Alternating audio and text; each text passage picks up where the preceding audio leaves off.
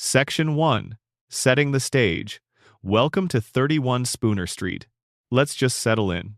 Take a breath, find a comfortable position, and let your body settle into whatever you're lying on. Headphones adjusted, phone screen down, blanket arranged exactly the way you like it. This is your time tonight, carved out of whatever your day was, however long or short it felt, however much it asked of you. This is where you get to just be still and listen. Because we are going deep tonight. Very deep. Into one of the strangest, most layered, most surprising animated shows ever made for American television. A show that first appeared on the 31st of January 1999, placed right after Super Bowl 33, in front of approximately 22 million people who had been watching football and who were not necessarily prepared for what was about to happen to them. A show that was canceled after 3 seasons, not because the audience had stopped caring, but because the network couldn't figure out where to put it. A show that then came back, which almost never happens, to canceled shows and came back bigger than it had been before. A show that survived a second cancellation and a third chance and a writer's strike and 25-plus years of the culture moving around it, and is still being made, right now, in 2026, with no clear end in sight. We are talking about Family Guy. And tonight we are not rushing through it. Tonight we are going slow, character by character, storyline by storyline, letting each piece breathe and land before moving to the next one. This is the kind of night where the details matter, where the texture of the world the show built is worth lingering over, because it is a stranger and richer world than it sometimes gets credit for being. Think of this as sitting with someone who knows the show from the inside out and who just wants to tell you about it. Not to debate it or evaluate it or rank it, just to describe it. The way you describe something to a friend at 2 in the morning when you've been thinking about it for a long time and you finally have the space to say all of it. The Griffin family lives at 31 Spooner Street, in the fictional city of Quahog, Rhode Island, whose name comes from a clam native to the New England coast and which is pronounced in a way that suggests the middle letters are trying to escape. It is a fictional place, but it has the specific texture of a real one, a mid-sized northeastern American city where the winters are long and gray, and the people who live there have made their peace with that, where everyone seems to know everyone in ways that are sometimes comforting and sometimes deeply inconvenient, where the sense of place is so particular that you can almost feel the cold coming off the Providence River if you think about it long enough. The house at 31 Spooner Street is a standard 2-story American home, with a red front door and a yard that is neither particularly well maintained nor obviously neglected. It looks, from the street, exactly like every other house on the block. This is the first joke the show tells, and it tells it silently, with pure visual information. Here is the most ordinary-looking house on the most ordinary-looking street, inhabited by the least ordinary family that could possibly be assembled. Peter Griffin is the patriarch. He is large, opinionated, slow-talking, and possessed of an absolute and unshakable conviction that he is correct about things, even things that he has clearly never thought carefully about and could not explain if pressed. His voice, that particular slow, nasal, slightly labored cadence that Seth MacFarlane built from the short films he made as a student at the Rhode Island School of Design, is one of the most recognizable voices in the history of animated television. Peter Griffin's voice is known globally by people who speak languages Peter does not speak, in countries where Family Guy may never have legally aired. He works at the Pawtucket Patriot Brewery for most of the show's run. Before that, he worked at the Happy-Go-Lucky Toy Factory, which he got fired from in the very first episode of the very first season, which tells you essentially everything you need to know about Peter Griffin's relationship with the workplace. He drinks beer at a bar called the Drunken Clam with 3 friends who happen to be his neighbors. He loves television with the specific devotion of someone who grew up in front of it and never fully left. He makes decisions constantly and almost never makes the correct one, and the distance between the decision he makes and the decision a more sensible person would have made is the engine of essentially everything the show ever does with him. Lois Griffin is his wife. Red-haired, organized, competent at the things Peter cannot do, patient in a way that seems, on first inspection, like a natural personality trait, and on longer inspection like a very deliberate choice she made at some point in her life and has been committed to ever since. She grew up wealthy. Her father, Carter Pewterschmidt, is a man of what you might call cartoonish old money, and she chose Peter anyway. Out of everyone available to a woman with her background and her options, she chose the man at the brewery. There is more to that choice than the show initially lets on, and we will spend proper time with it later. Meg is the oldest child, 17. Brown hair mostly covered by a pink hat, glasses. A teenager who wants to be seen by the world around her and mostly isn't, and whose story across the show's run is one of its most complicated and sometimes most troubling narrative threads. Mila Kunis voices her from season 2 onward, taking over from Lacey Chabert, who voiced the character in the first season before other commitments pulled her away. Chris is the middle child, 15 years old, gentle, confused in the harmless way of a boy who does not quite fit anywhere, but who is also not quite alarmed by this. He has a talent for visual art that the show introduces and rediscovers periodically throughout its run. He is his father's son in body type and in some of the broader shapes of his intellectual approach to the world, but softer in temperament in ways that distinguish them from each other clearly. And then Stewie. And then Brian. We will get to those two slowly, because they deserve careful, unhurried attention. The show premiered in a landscape that was just beginning to understand what adult animated comedy could do. The Simpsons had been running for 10 years and had demonstrated that the medium was capable of genuine sophistication. South Park had arrived in 1997 doing something angrier and more overtly political. Futurama had just started, doing something science-fictional and sentimental. Family Guy arrived into that landscape without positioning itself against any of them. It simply arrived, completely confident in its own strangeness, and asked the audience to keep up. The first episode is called Death Has a Shadow, and it tells you, in the first 22 minutes of the show's existence, exactly what kind of thing you are dealing with. Peter is fired from his job at the toy factory for falling asleep on the job and missing an entire day of work. Rather than tell Lois, he claims to still be employed while collecting unemployment benefits fraudulently, which escalates to collecting fraudulent welfare checks, which eventually requires him to distribute the money by dropping it from a small plane over a football stadium during a game, causing a very public spectacle that results in a federal investigation. The episode ends in court. The judge is lenient. Peter's job situation is resolved in a way that preserves the family's stability, if not its dignity. Life more or less continues. It is a completely insane premise, delivered with total confidence, and millions of people watching it for the first time had the distinct experience of realizing they were going to keep watching this show. The world of Quahog operates on specific rules that are not the rules of the actual world, but which are internally consistent in ways that matter. Death has a body and an ankle injury and plays Jenga. Giant chickens are real and have families. Babies build laboratories behind secret panels in their nurseries. The fabric of the neighborhood absorbs events that would restructure reality in any other context, and returns to roughly the same configuration by the beginning of the next episode. This consistency, the specific physics of the Family Guy universe, is what makes the chaos legible. When the show breaks its own grammar, you notice. When it follows it, everything lands exactly where it's supposed to land. So that's where we are. That's the world we're entering tonight. Let's take our time with it. Let's go slow. Let's start where everything in this show really starts, with the man at the center of it all, whose obsessions and disasters and occasional moments of genuine warmth have powered over 2 decades of stories. Before we go any further, drop a comment and tell me where you are and what time it is. There is something genuinely wonderful about knowing who is listening, across all the different time zones and different nights. And if you haven't subscribed yet, please do.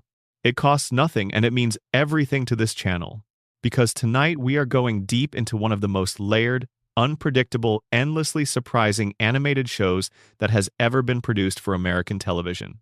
A show that first flickered onto screens on the 31st of January 1999, right after the Super Bowl, pulling in around 22 million people who likely had no idea what they were about to witness. A show that got canceled twice and still came back. A show that somehow, across more than 25 years of chaotic, brilliant, sometimes head-scratching storytelling, never stopped producing moments that people couldn't stop talking about. We are, of course, talking about Family Guy. Now, this is not a retrospective filled with criticism or debate. This is something different. This is a long, calm, deeply immersive walk through the wildest, most fascinating, most unexpectedly emotional storylines that Family Guy ever produced. We're going to go character by character, episode by episode, and we're going to let the stories breathe and unfold at a pace that lets you really feel the texture of them. The absurdity, the occasional darkness, the surprising warmth hiding underneath all the chaos. Think of it as sitting beside someone who knows this show inside and out and who is just telling you about it.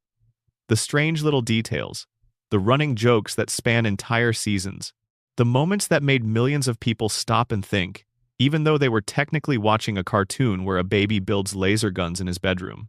The Griffin family lives at 31 Spooner Street in the fictional town of Quahog, Rhode Island. The house is a standard two-story home with a red door and a yard that's been the setting of countless impossible events. Stewie's time machine has launched from that yard. Peter has done battle in that yard. The neighbor's house across the street has been visited at odd hours by people who probably should have known better. It is a very normal-looking house for a very abnormal family. And what a family they are! Peter Griffin, the patriarch. Large, slow-talking, stubborn, unpredictable, full of opinions about things he barely understands, capable of incredible moments of accidental warmth. His voice, that slow, nasal, slightly wheezing cadence, is instantly recognizable anywhere in the world. Seth MacFarlane built that voice on a character he developed from his student short films at the Rhode Island School of Design, and it became one of the most iconic voices in animation history. Lois Griffin, Peter's wife. Red-haired, green-eyed, perpetually managing the situation, with a past that turns out to be considerably more interesting than her life as a housewife would suggest. She grew up fabulously wealthy, the daughter of Carter Pewterschmidt, a man so cartoonishly rich and morally flexible that he practically functions as the show's ongoing meditation on old money. Lois chose Peter anyway.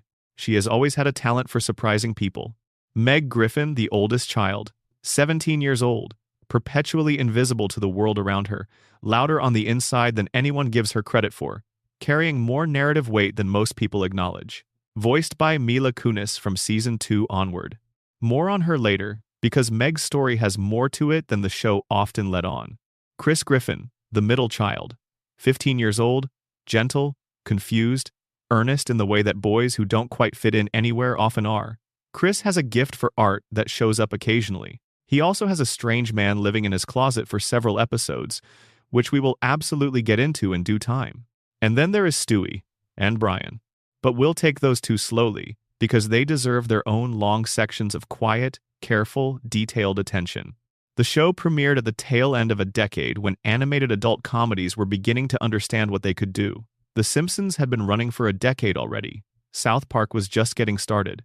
Family Guy arrived in that landscape like something thrown from another dimension, irreverent, chaotic, stacked with pop culture references that could arrive from any direction without warning, and underneath all of it, a surprisingly functional family dynamic that gave the chaos somewhere to land. The first episode, titled Death Has a Shadow, established almost everything you needed to know. Peter gets fired for falling asleep and missing an entire day of work at the happy-go-lucky toy factory. He collects welfare fraudulently, concealing his employment status, and eventually the government tracks the money through a confetti cannon that drops $50 bills on a football stadium. The Griffins lose everything and Lois nearly leaves.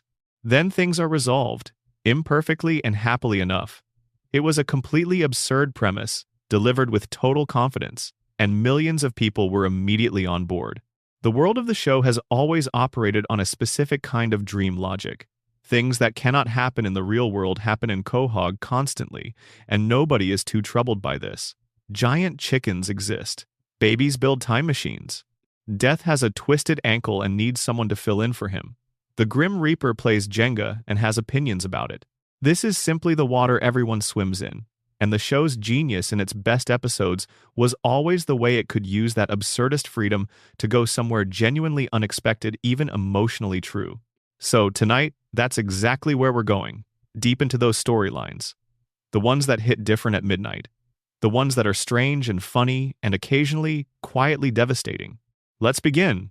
Hey, before we go any further, drop a comment and let me know where you're watching from and what time it is for you. There is something genuinely wonderful about knowing that this is reaching people in different time zones, different cities, different seasons. And if you haven't subscribed yet, please do. It keeps this channel going and means the world to me. Section 2. Peter Griffin and his increasingly unhinged personal obsessions. Peter Griffin is, fundamentally and at the core of everything, a man with extremely strong feelings about extremely small things. This is the central fact of his character, the one that everything else flows from. Not his intelligence, not his family situation, not even his relationships with the people around him. All of those things matter, but they are downstream of this essential truth. The scale of Peter's investment in any given thing he encounters is almost never proportionate to the actual importance of that thing. When something minor goes wrong, he responds to it as though civilization itself is at stake. When something genuinely important requires his attention and his emotional resources, he is sometimes mysteriously, infuriatingly, completely unavailable for it. He is a thermostat calibrated for a different climate than the one he lives in. He feels the wrong things with the right amount of passion. And the gap between what he feels and what a reasonable person would feel in his situation is where most of the show's comedy has always lived. The feud with Ernie the Giant Chicken is the place to start, because the feud is where everything about Peter Griffin's particular relationship with the world is most clearly visible in a single, ongoing storyline. It is the show's most perfect encapsulation of how Peter operates, distilled into something recurring and escalating and ultimately absurd in ways that are also somehow deeply logical when you understand the person driving it. This is both his defining trait and the engine of approximately 2/3 of all the storylines the show has ever produced. The scale of Peter's investment in his own interests has never been proportionate to the importance of those interests, and the gap between those two things is where the comedy has always lived. Let's start with the one that launched it all, because no discussion of Peter's obsessions is complete without spending some real time with the most gloriously absurd ongoing storyline in the show's history: his eternal, inexplicable, physics-defying feud with Ernie the Giant Chicken. To understand the chicken fights, you first have to understand how they begin. In the episode Da Boom, which is the second season premiere and set during the Y2K apocalypse, Peter is given a coupon by a large anthropomorphic chicken. The coupon is expired. Peter is furious about this, in the way that Peter is furious about most minor inconveniences, completely, immediately, with no sense of proportion. And so, without any real escalation or warning, he punches the chicken in the face. What follows in subsequent appearances is a series of battle sequences that rival Hollywood action films in their scope and choreography. These are not quick gags.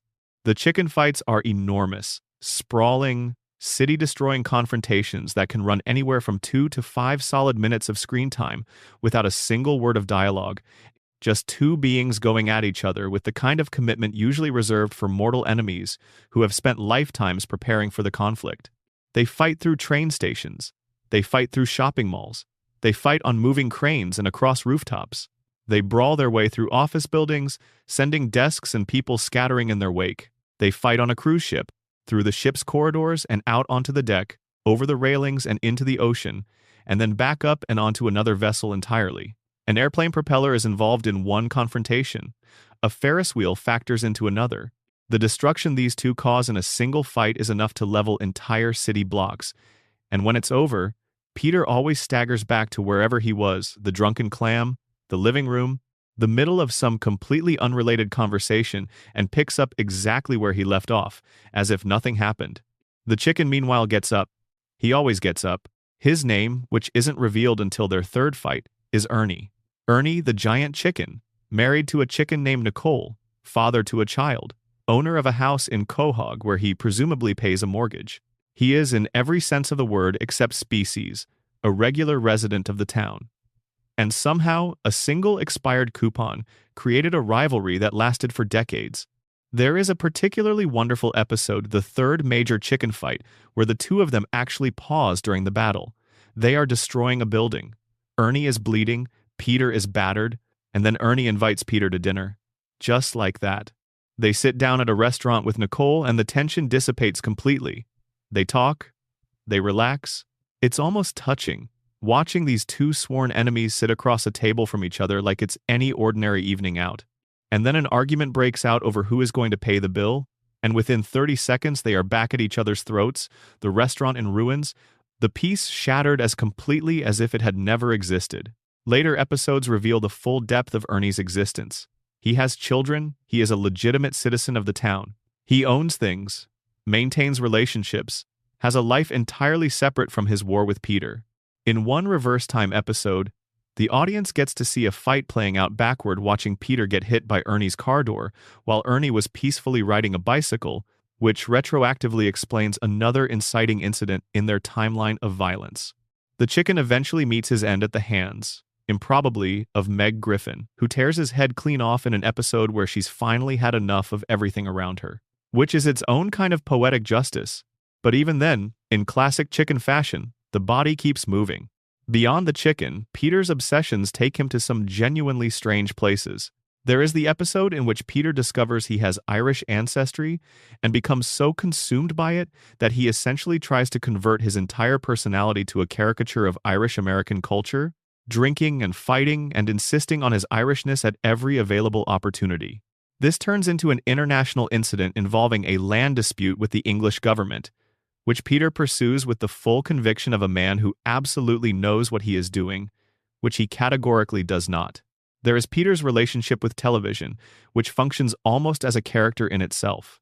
His reverence for specific shows, specific actors, specific cultural moments from the 1970s and 1980s is so total and so unexamined that it shapes his worldview in ways he couldn't explain even if he tried. He once spent an entire episode attempting to reconstruct a scene from a film he loved, not because he had anything to prove to anyone, but simply because it mattered to him in the deep, private way that things only matter to Peter Griffin. Then there are his friendships. Peter's relationship with his core group Glenn Quagmire, Joe Swanson, and Cleveland Brown is the emotional backbone of his non-family life, and the bar they frequent, the Drunken Clam, is the show's version of a town square. It's the place where plans are formed that probably shouldn't be formed, where grievances are aired loudly and at length, where someone always ends up saying something that sets off a chain of events that will take the rest of the episode to resolve. One of the most quietly revealing Peter storylines involves his relationship with his father, Francis Griffin, a deeply devout Catholic Irish American who spent most of his life disappointed in Peter in ways he made very little effort to conceal.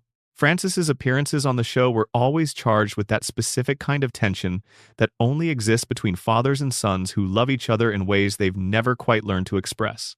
There is an episode where Peter tries to reconnect with Francis, to make him proud in some concrete way, and the whole thing collapses in the manner you might expect, Peter misunderstanding what was needed, Francis being unable to bridge the gap. But underneath the comedy of it, the longing was real and recognizable. Francis eventually dies in Season 5, in an episode that handles the loss with more grace than you might expect from this particular show. Peter's grief is genuine, and the episode allows it to simply be what it is for a while, without reaching for a punchline too quickly.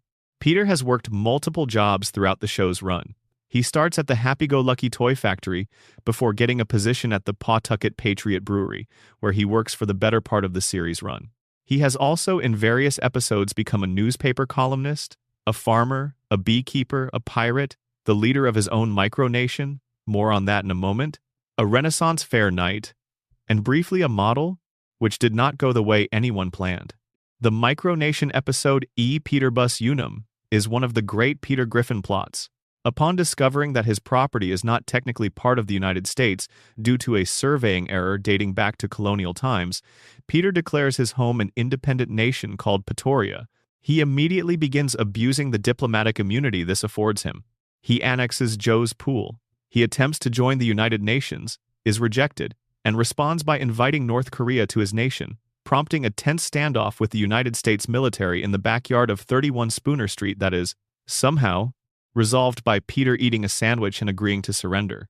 The specificity of Peter's obsessions, the way his fixations are always exactly wrong in their scale and intensity, is what keeps them interesting. He cares about the wrong things with the right amount of passion. He is, in his way, a man who feels things deeply and simply cannot calibrate those feelings to fit the size of the situation triggering them. Which is why, when you strip away all the loudness and the chaos and the increasingly cartoonish behavior of his later seasons, there is still something underneath that reads as genuinely human. Peter Griffin is a man who wants to be good at something. He wants to matter to the people around him. He wants to be the hero of his own story, even when every available piece of evidence suggests he is, at best, a supporting character in someone else's. That gap between the man he wants to be and the man he is, that's where all of it comes from. The stubbornness, the obsessions, the refusal to admit he's wrong until the very end of the episode when circumstances make it unavoidable. He is, in the most technical sense, a disaster. But he is a disaster with a genuinely beating heart underneath all of it. And in the early seasons especially, that heart was never very far from the surface. Section 3. Brian Griffin, the dog who wanted to be everything. Brian Griffin is, depending on which season you are watching, either the most grounded and relatable character on the show or the most infuriating, sometimes both within the same episode. His arc over the course of Family Guy's run is one of the most dramatic and uncomfortable character journeys in animated television, and it begins in the best possible place, as a genuinely warm, smart, slightly melancholy talking dog who is trying to figure out what his life is supposed to mean. Brian can talk. He drives. He drinks martinis classic, dry, with an olive, ordered with the ease of someone who has been doing this for decades. He reads actual books, or at least claims to. He writes, or tries to. He has romantic feelings for Lois that he manages for the most part to keep under control, surfacing occasionally in ways that are more touching than they are creepy, at least in the early episodes. The thing that made Brian work so well in seasons 1 through 3 is that he was the show's conscience without ever being preachy about it. When Peter did something genuinely stupid, Brian was the one rolling his eyes and quietly trying to prevent the worst outcomes. When Stewie said something menacing, Brian was usually the only one who heard it and reacted accordingly. He was the still point in a rotating cast of chaos, and his dryness, the flat, tired delivery of someone who has seen too much, provided exactly the kind of counterweight that the show needed. His friendship with Peter in those early seasons is lovely, in the way that genuinely mismatched friendships can be lovely. Peter is loud and Peter is wrong about things constantly, and Brian knows this, but he stays anyway. He covers for Peter. He goes along with things he definitely shouldn't go along with, not because he lacks the intelligence to see the problem, but because the friendship matters more to him than being right does. That generosity, that choice to be loyal over being correct is Brian at his best. The novel is a running thread throughout Brian's story that never really resolves. He has been writing a novel for years, essentially forever, and it is always either about to be finished or impossibly far from completion. When he does eventually finish it, the reviews are not kind. The novel is bad, and Brian's inability to accept this, his insistence that the critics simply don't understand what he's doing, is the first real crack in his self-image that the show allows to show. He is not as smart as he thinks he is. He is not as talented as he believes himself to be. He is, like most people, somewhere between the person he imagines himself to be and the much more ordinary person the world sees. Brian has also been described as a recovering alcoholic throughout the show's run, though the extent to which this is played for depth versus played for laughs varies enormously. In early episodes, his drinking has the texture of a real problem, something he manages, something he has history with, something that surfaces under stress. By later episodes, it becomes more of a comic trait, just another feature of his personality rather than a genuine complication. His relationships with women are a consistent source of storylines. Brian falls in love easily and badly, always with someone who is wrong for him in ways that are sometimes obvious and sometimes subtle. There is Jillian, sweet and intellectually unchallenging, whom Brian stays with partly out of convenience and partly out of the way she makes him feel needed. There is the woman in the tank top episode who turns out to be something other than what he assumed. There are various women across various seasons, a parade of connections that never quite become what Brian needs them to be. The Quagmire confrontation, when it comes, is one of the most uncomfortable and weirdly cathartic scenes the show has ever produced. Glenn Quagmire, who is not exactly a model of personal virtue himself, a fact the show knows and acknowledges, delivers a speech to Brian that is so accurate it lands like something thrown from a moving vehicle. Quagmire calls out Brian's phoniness, his pretension, his habit of presenting a sophisticated intellectual surface while behaving like someone considerably less sophisticated. He brings up Brian's failed writing career, his treatment of women, his attitude toward Peter, his self-absorption. Every single word he says is backed up by things the audience has already watched Brian do. It is not an exaggeration. It is a careful accounting. What is interesting about that scene is not just the speech itself, but the fact that the writers clearly intended it as a moment of reckoning. They knew what Brian had become. They were acknowledging it. The question that lingered afterward was whether they were going to do anything about it, whether this confrontation would be the beginning of something, some genuine change. The answer, unfortunately for most viewers, was largely no. Brian continued. The patterns continued. The confrontation changed nothing except the texture of his relationship with Quagmire, which became a separate ongoing story of petty mutual antagonism. Then there is the death. In Season 12, Episode 6, titled Life of Brian, Stewie and Brian destroy Brian's time machine to prevent further damage to the timeline. Immediately after, in what feels like a cruel cosmic joke, Brian is struck by a speeding car while standing in the middle of their street. He is brought to the veterinarian, and the family gathers. His last words are, "I love you all." And then he is gone. The episode aired on the 24th of November, 2013, and it made national news. It trended on social media. Fans started petitions. The show's official Twitter account posted a memorial image. It was the kind of audience reaction that almost never happens with an animated series, the kind of grief that is usually reserved for actual loss, rather than the loss of a fictional character in a cartoon about a talking baby. Part of why it hit so hard is that Brian, for all his later season flaws, was the character who felt most like a real person. He had genuine depth. He had genuine sadness. He was trying to figure himself out in a way that resonated with people who were also trying to figure themselves out. Losing him felt like losing a friend who had been in your life for a very long time. The replacement dog, Vinny, voiced by Tony Sirico from The Sopranos, was actually reasonably charming. He had a warm, no-nonsense energy that some fans found endearing, but the show had already signaled, through the sheer enormity of the fan reaction, that this wasn't going to last. And it didn't. 3 weeks later, in the Christmas episode, Stewie uses a time machine from an alternate version of himself to go back and save Brian from the car. Brian comes home. Everything resets. Vinny disappears into whatever parallel timeline Stewie came from, which raises questions nobody in the show seems particularly interested in answering. The whole event, in retrospect, is the show at its most nakedly strategic, a genuine emotional sucker punch used as a ratings play, then immediately walked back. It left a complicated taste in the mouths of many viewers. But it also proved, irrefutably, that Brian Griffin mattered. That after all those years and all those changes, people still cared what happened to the dog at the center of the show. That's not nothing. That's actually quite a lot. After his return, Brian has had episodes that genuinely recapture something of his early self moments of warmth, of loyalty, of the quiet melancholy that made him so interesting when the show first began. Those moments are always welcome. They remind you of what was there at the start, and what is still worth finding, even now. Section 4. Stewie Griffin from world domination to something more complicated. Close your eyes for a moment and picture him. 1-year-old. Round head that is slightly, unmistakably football-shaped. Yellow shirt, red overalls, light blue shoes. 9 strands of black hair combed from front to back. Wide-set eyes that manage to convey vast intelligence and vague menace simultaneously. And sitting in a high chair, eating strained carrots with a spoon, while calmly announcing his plans for the subjugation of all human civilization. That is Stewie Griffin. That is the original Stewie Griffin. The version from seasons 1 through 3. The version that is arguably one of the most purely original character concepts in the history of animated television. Because what Stewie is at his core is a villain. A genuine, serious, calculating, strategy-obsessed villain who is also approximately the size of a slightly oversized melon, and who requires assistance getting in and out of his crib. The comedy of Stewie is entirely built on contrast. You cannot separate the menace from the helplessness, because the menace is only funny because of the helplessness.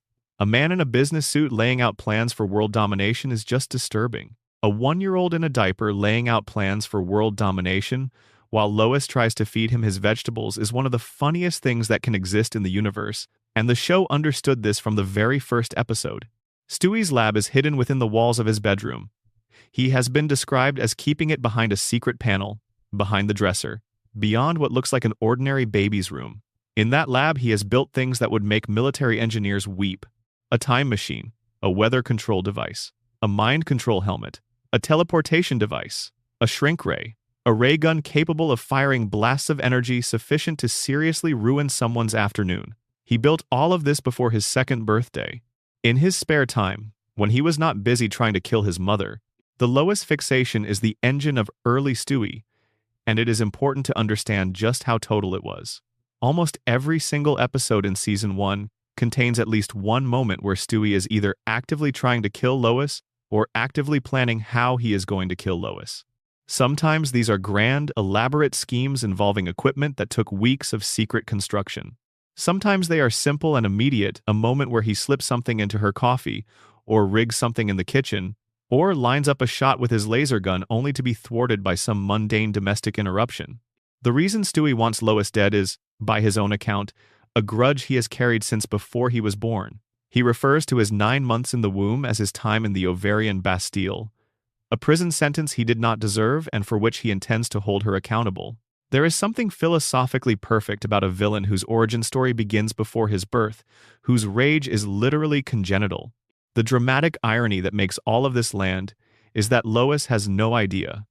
She picks Stewie up and holds him. She sings to him. She tucks him in. She navigates his fits and his tantrums and his various mysterious engineering projects with the patience of a woman who assumes her child is simply spirited. She is completely, blissfully unaware that the small being in her arms has drafted 17 different methods for her removal from the mortal plane. Brian is largely the only character who can hear Stewie and understand him. Everyone else in the Griffin household responds to Stewie as they would respond to any baby with the selective attention and cheerful misinterpretation that adults usually bring to infant communication. Stewie will deliver a 45-second monologue about his plans for the annihilation of Western civilization, and Peter will hear it as "Baba" and hand him a sippy cup. The monologue goes on inside Stewie's head, fully formed, completely expressed, and completely unacknowledged by the world around him. Brian hears it. Brian has real conversations with Stewie. And out of those conversations, gradually, comes one of the most interesting friendships on the show. In the beginning, Brian and Stewie are not exactly friends. They are two unusually intelligent beings who happen to occupy the same household and have the ability to communicate with each other in ways no one else in that household can. Their early interactions have a wary quality, two people sizing each other up, testing the limits of what the other is willing to tolerate. Stewie respects Brian's intelligence while being slightly dismissive of his lack of actual accomplishment. Brian respects Stewie's capabilities while being appropriately alarmed by Stewie's complete absence of moral guardrails.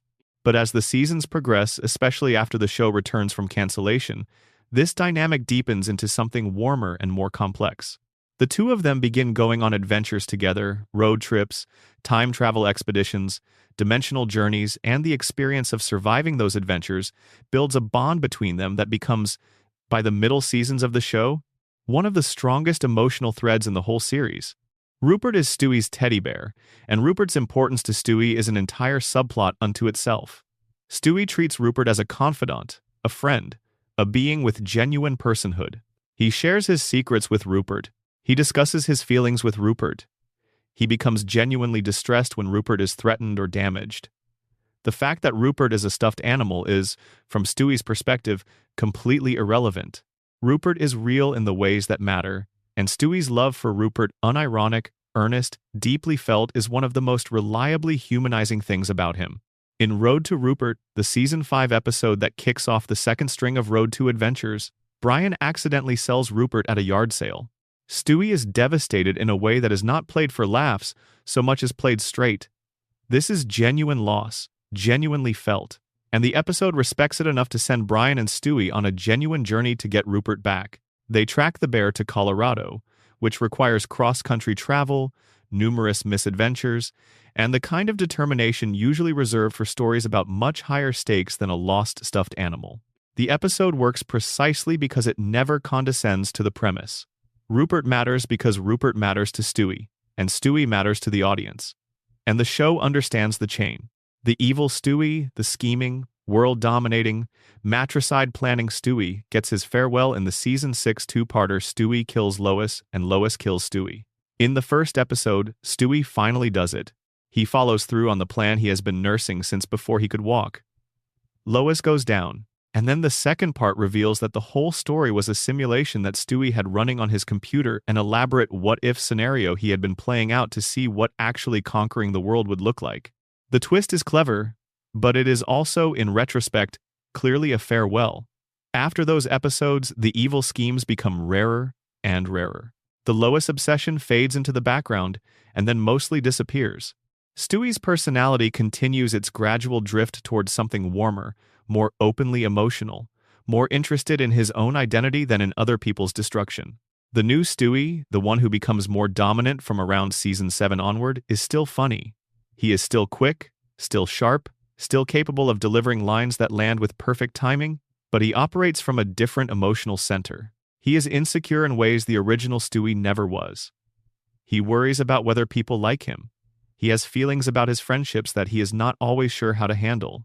He is searching for something, and unlike the original Stewie who knew exactly what he was looking for, world domination, Lois's death, this new Stewie is searching for something he can't quite name. In one of the most quietly extraordinary episodes of the entire series, Brian and Stewie from season 8, the two of them get locked together in a bank vault overnight. There are no cutaway gags. There are no external storylines. It is just the two of them, in a small space, for an entire episode, having the most honest conversations they have ever had. Brian admits that he keeps a gun in a safety deposit box because he has thought about ending his own life. Stewie asks him directly about it, and Brian answers directly, and they sit together with that knowledge between them and somehow figure out how to still be okay.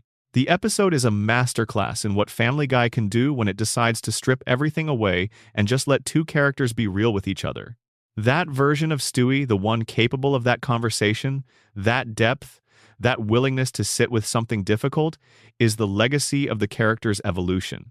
Whether you mourn the evil genius or prefer this more complicated version depends entirely on what you value most in the character. But there is no question that what was there was real. Stewie Griffin, in whatever form he took across all those years, was always real. Section 5. Road trips, dimensions, and adventures that changed everything. There is a specific kind of Family Guy episode that operates on an entirely different level from the standard formula. You can feel it from the opening moments. The pacing changes.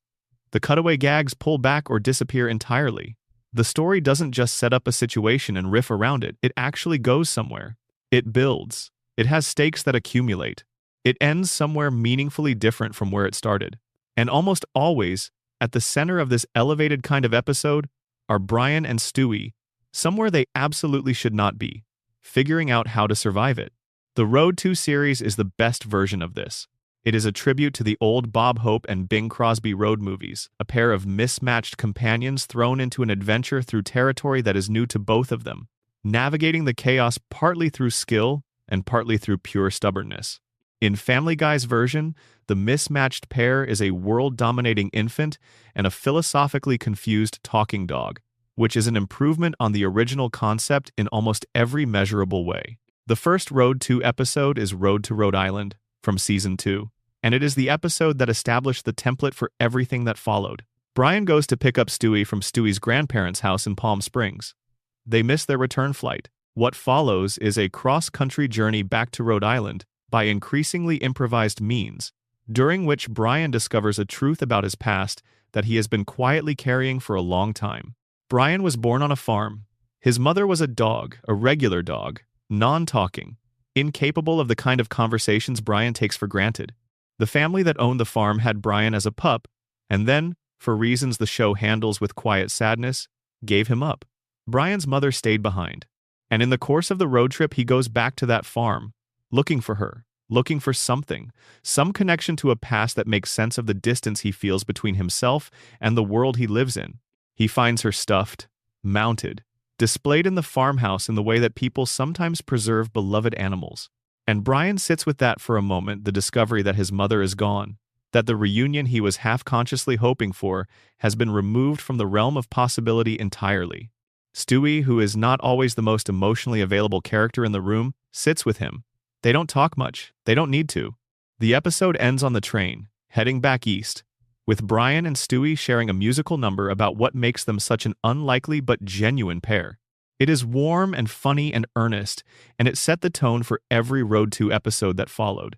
Adventures that go somewhere real, that cost the characters something, that mean something by the time they end. Road to Europe is the second installment, and it is the weakest of the series, but it has its moments. Stewie becomes obsessed with a British children's television program called Jolly Farm Review, which he loves with the uncritical devotion of someone who has not yet developed the ability to be disappointed by things. He decides he would rather live at Jolly Farm than at 31 Spooner Street, and so he and Brian embark on a journey to England to find it. They end up in the Middle East first, after a boarding mistake, and the episode meanders through Europe with less focus than later installments would have. But the musical number, You and I Are So Awfully Different, captures the essential chemistry of the pairing.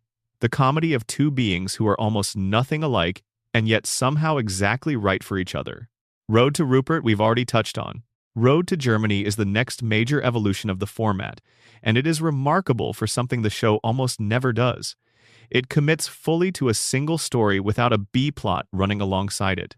The setup is that Mort Goldman, the show's anxiety-ridden Jewish pharmacist, accidentally steps into Stewie's time machine and is transported to 1939 Poland. Stewie and Brian have to go after him. What follows is a World War II adventure that is simultaneously a serious period piece and a deeply absurd comedy, and the tension between those two tones is handled with more skill than you might expect. They need to get Mort out before history catches up with him in ways that would be catastrophic. The urgency is real, the stakes are real, and the episode manages to be genuinely exciting. There are aerial battles, harrowing escapes, moments that require real improvisation while never losing the fundamental comedic energy of a baby and a dog navigating the most dangerous theater of the 20th century. The episode is also notable for what it doesn't have: a musical number. This was deliberate. When Brian and Stewie are about to break into one of their characteristic songs, Mort interrupts and tells them to just get into the time machine. The gag is perfect, an acknowledgement of the show's own conventions, used to subvert them at exactly the right moment. Road to the North Pole, the Season 9 holiday special, is the darkest of the Road to episodes, and possibly the most ambitious. Stewie has encountered a mall Santa who was rude to him, which he takes as a personal attack from the actual St. Nicholas. He decides to go to the North Pole and kill Santa. Brian tries to talk him out of this and fails, and so they go north. What they find when they get there is not the cheerful winter wonderland of a children's story. It is a burned-out, failing operation run by a Santa who is exhausted and sick, nearly defeated by the sheer scale of what Christmas has become. The elves are feral and inbred, the reindeer are skeletal and aggressive. The whole infrastructure of the holiday is collapsing under its own weight.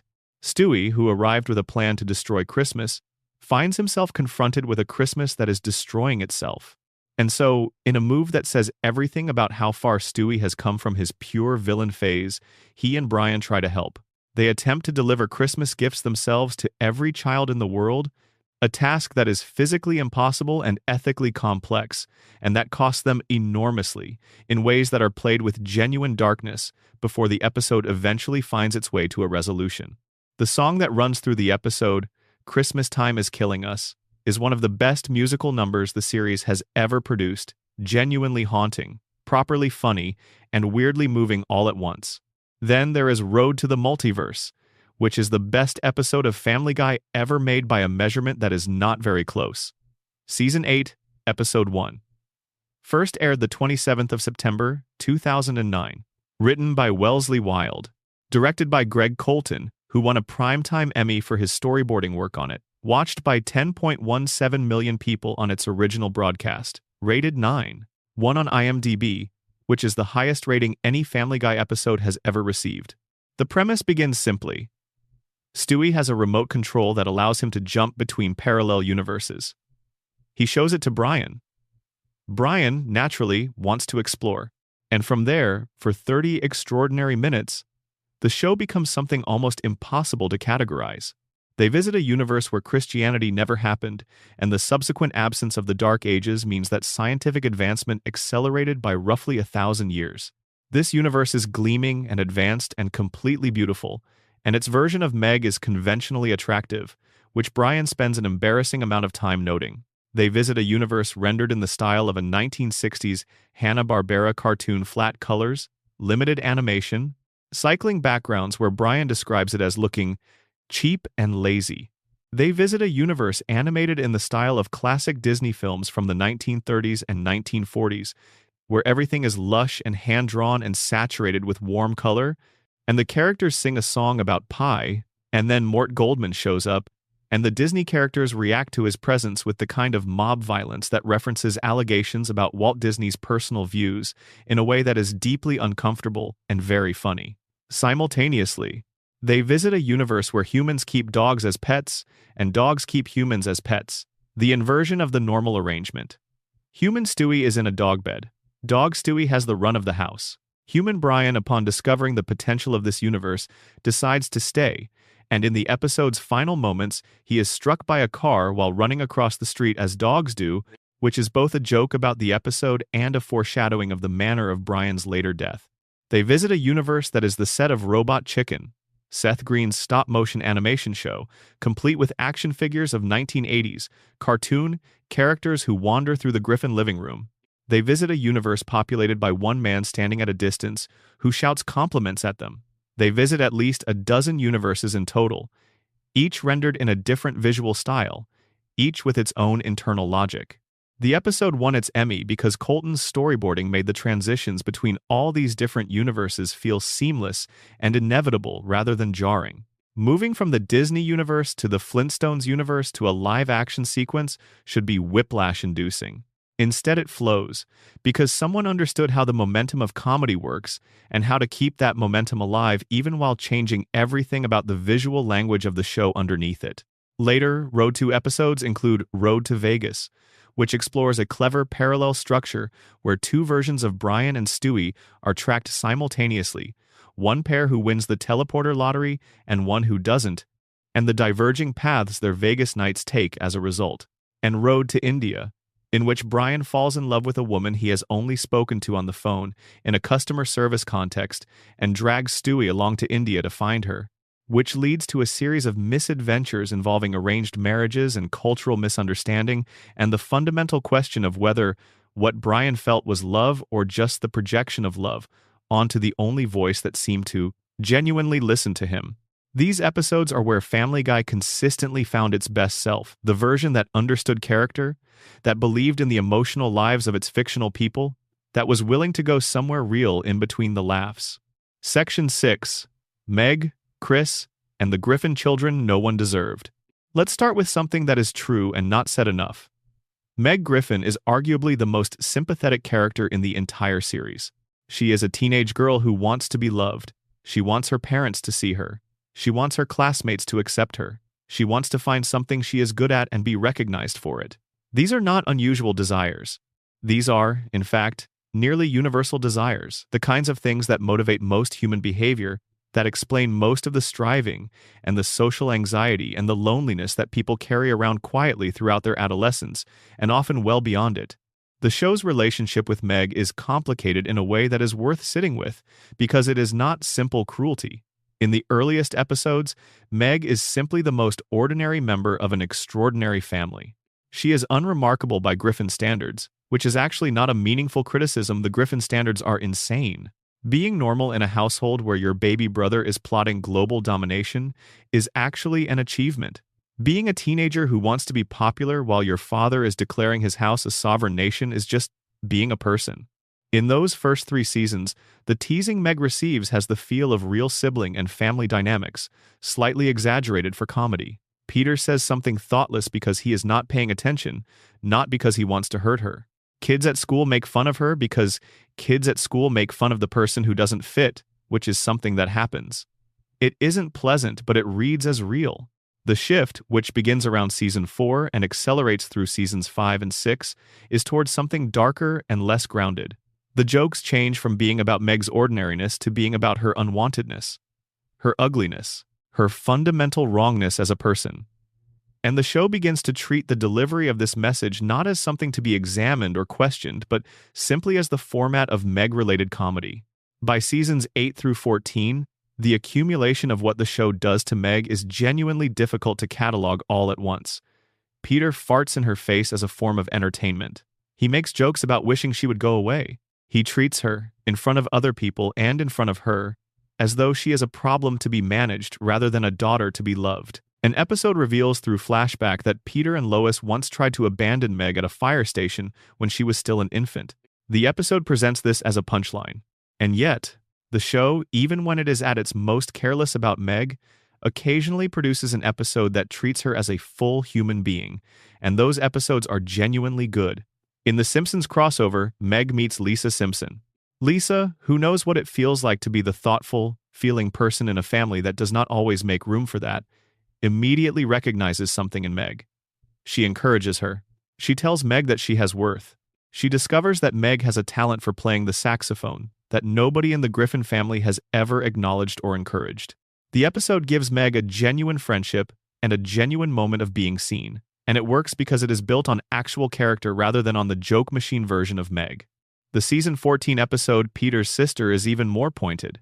It reveals that Peter's sister physically and emotionally abused him throughout their childhood, and that Peter's treatment of Meg is the perpetuation of a cycle he learned cruelty by having it done to him, and he has been passing it on without understanding what he is doing.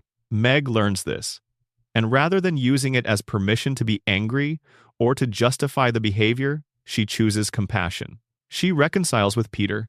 She extends understanding to the person who has hurt her most, and the episode allows both of them to sit in that moment without rushing to the next punchline. It is one of the genuinely moving episodes of the series. And then the next episode largely resets everything, which is its own kind of heartbreak.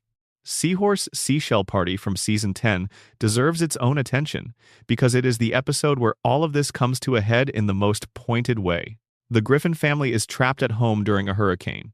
Meg, after years and years of accumulated injury, finally snaps. She stands in front of her family and she says everything she has never been allowed to say. She calls out Peter. She calls out Lois. She describes, with complete accuracy, the shape and scale of the damage they have done to her. It is a powerful scene. It feels like justice. And then the episode reveals that without Meg absorbing the family's collective frustration, they turn on each other. The family collapses. The dynamic breaks. And the episode ends with Meg voluntarily taking back what she said, agreeing to return to her role as the person everyone takes their anger out on. Because without her in that role, the family cannot hold together. The message in that moment, intentional or not, is a deeply troubling one. It tells you that the person being hurt is responsible for maintaining the system that hurts them, that their suffering is the price of other people's stability. Fans recognized this and were furious about it, and their fury was appropriate. Meg deserved better than that ending. She does eventually get better treatment as the show continues. From around season 15 onward, the extreme abuse diminishes. She begins to fight back. She has episodes where she is competent and capable and even admirable. The addition of more women to the writing staff is cited as a contributing factor to this shift, which says something important about whose stories get told and how they get told depending on who is in the room when the decisions are made. Chris Griffin has always been a quieter, gentler presence on the show. He is his father's son in body type and in the broad shape of his intellectual limitations, but he is softer and more genuinely kind in ways that distinguish him. His relationship with art, he is a genuinely talented visual artist, a trait the show introduces and then returns to intermittently gives him something that sets him apart from the rest of the family. Chris's most memorable long-running storyline involves the old man in his closet. Herbert, voiced by Mike Henry with a papery, quavery delivery that is immediately recognizable, is a neighbor who is unusually and uncomfortably interested in Chris. Herbert speaks in vague, loaded terms. He watches Chris from a distance. He has a glass of lemonade that he perpetually offers. The show uses Herbert as a recurring joke that skirts very close to deeply uncomfortable territory, treating it as absurdist comedy rather than engaging with what the character's behavior actually implies. Herbert's appearances throughout the show are a good example of Family Guy's willingness to go to places that other shows would not go near, for reasons that are not always obviously justified. Chris's relationship with his sister has genuine warmth in it.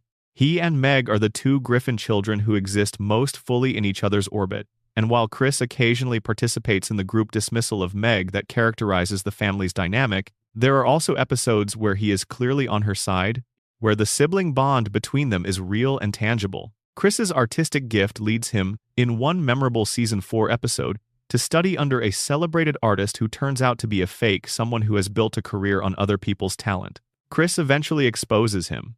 It is one of the few times that Chris is genuinely the hero of a story, and Seth Green's voice acting in those moments is particularly good, capturing the specific combination of confusion and determination that defines Chris at his best. Section 7. Lois Griffin, the saint who has never been quite what she seems. There is a version of Lois Griffin that the show presents in its early episodes as more or less what she appears to be, a patient, loving, Competent woman managing an impossible household with something approaching grace. She is the sensible center. She is the one who sees things clearly when Peter cannot. She is the mother who tries to do right by her children even when her children are a baby supervillain, a misunderstood teenager, a gentle but directionless boy, and a genetic argument for the existence of chaos theory. And then there is the other Lois, the one the show reveals gradually, through accumulated detail and occasional full episode focus, the one with the past, the one who was not always this, the one who, when circumstances push her far enough, turns out to have depths that the housewife presentation does not begin to account for. Lois grew up rich, extremely, generationally, insulated from reality rich. Her father, Carter Pewterschmidt, is a billionaire in the old-fashioned sense, a man whose money is old enough that it has its own gravity, pulling everything and everyone into orbits around it. Carter is not a kind man, particularly in his treatment of people he considers beneath him, which includes essentially everyone who does not share his tax bracket.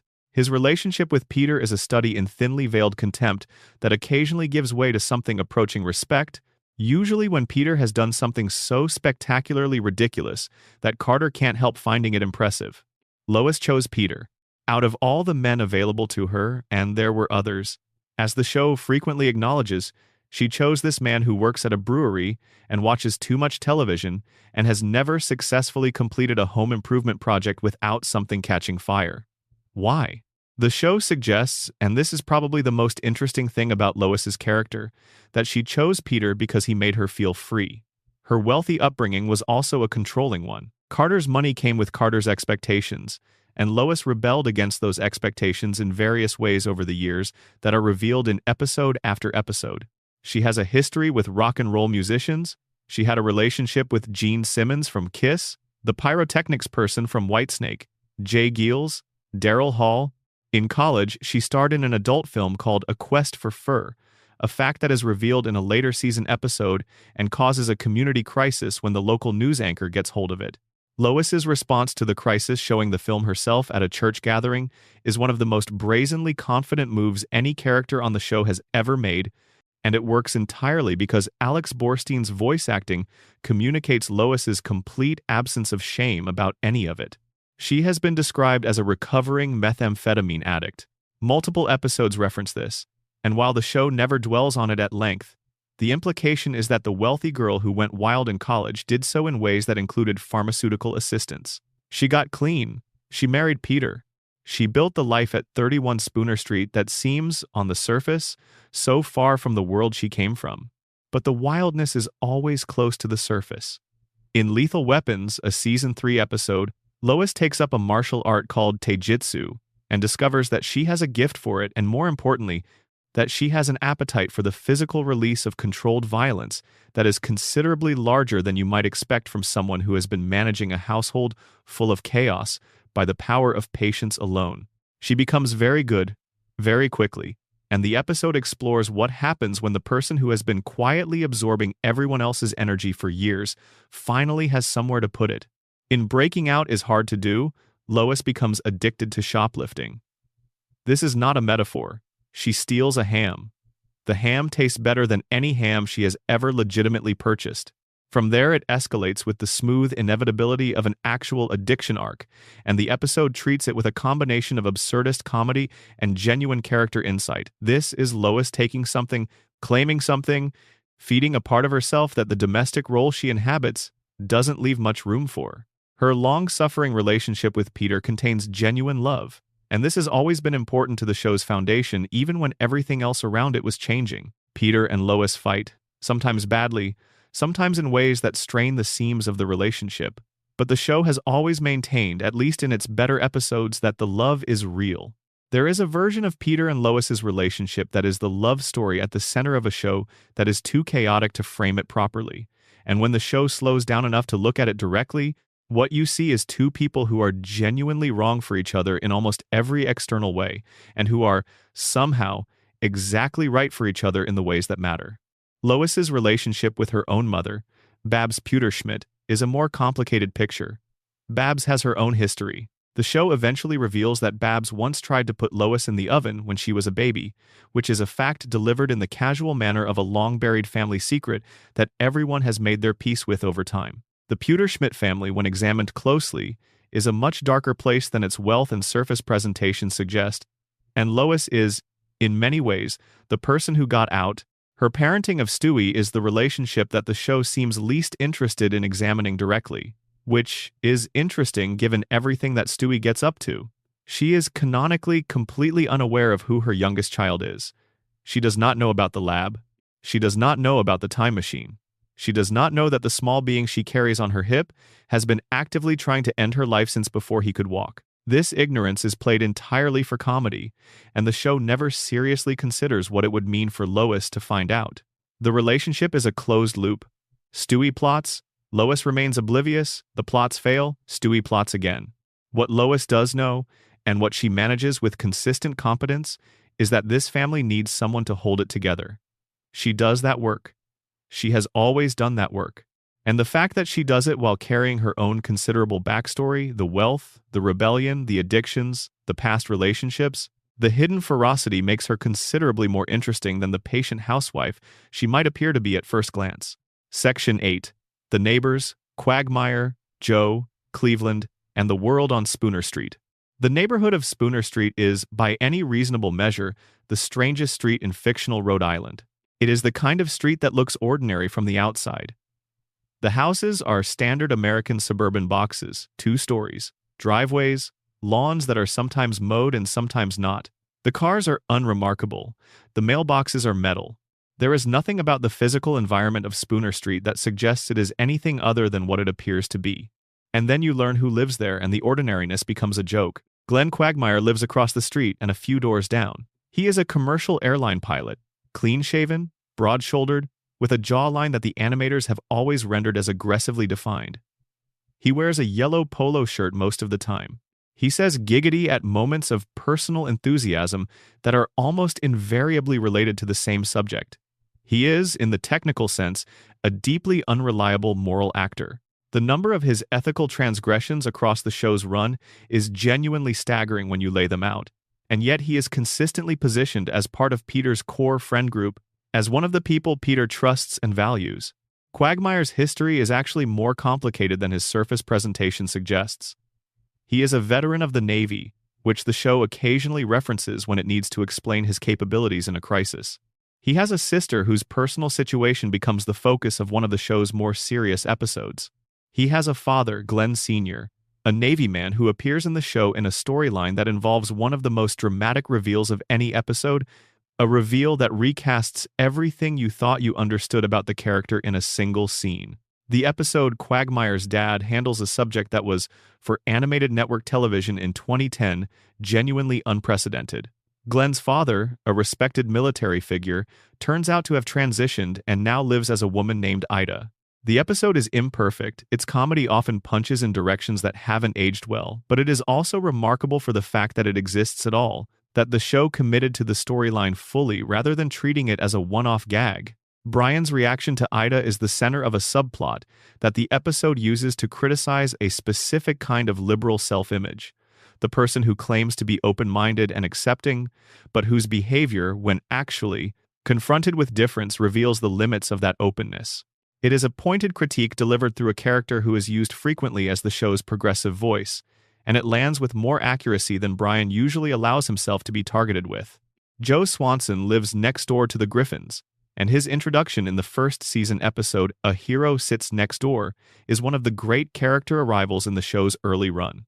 Peter has been trying to find a friend to play on the happy-go-lucky Toy Factory baseball team, and the new neighbor, before anyone tells Peter he uses a wheelchair, has the most impressive athletic record in the neighborhood.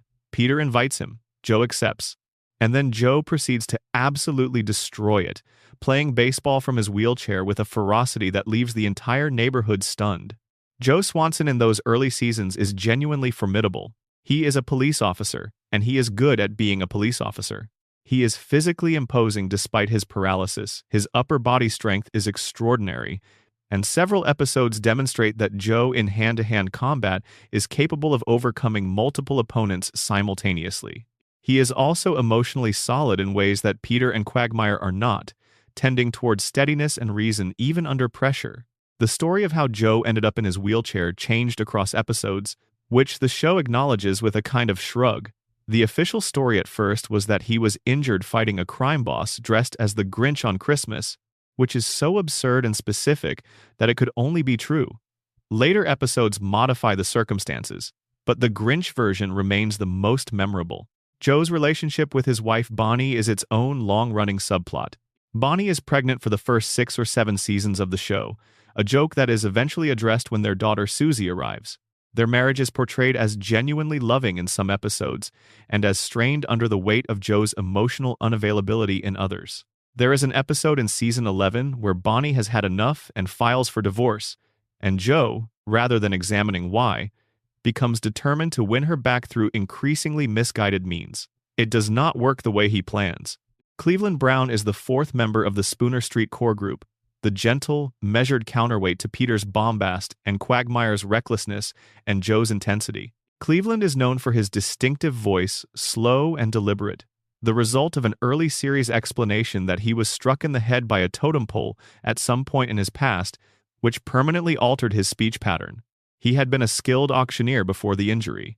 The contrast between the auctioneer's pace and the voice he now has is played quietly, as background detail, which makes it funnier than a direct joke about it would be. Cleveland's marriage to Loretta Brown is one of the show's ongoing domestic relationships until it spectacularly ends in the season 7 episode, The Cleveland-Loretta Quagmire.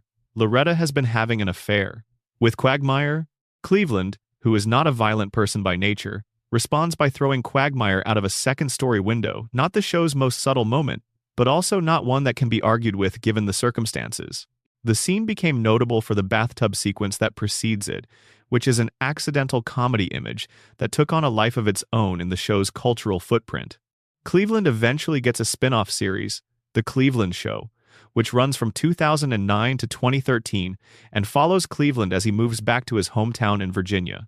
During the years he is away from Quahog, his Spooner Street appearances are reduced to cameos.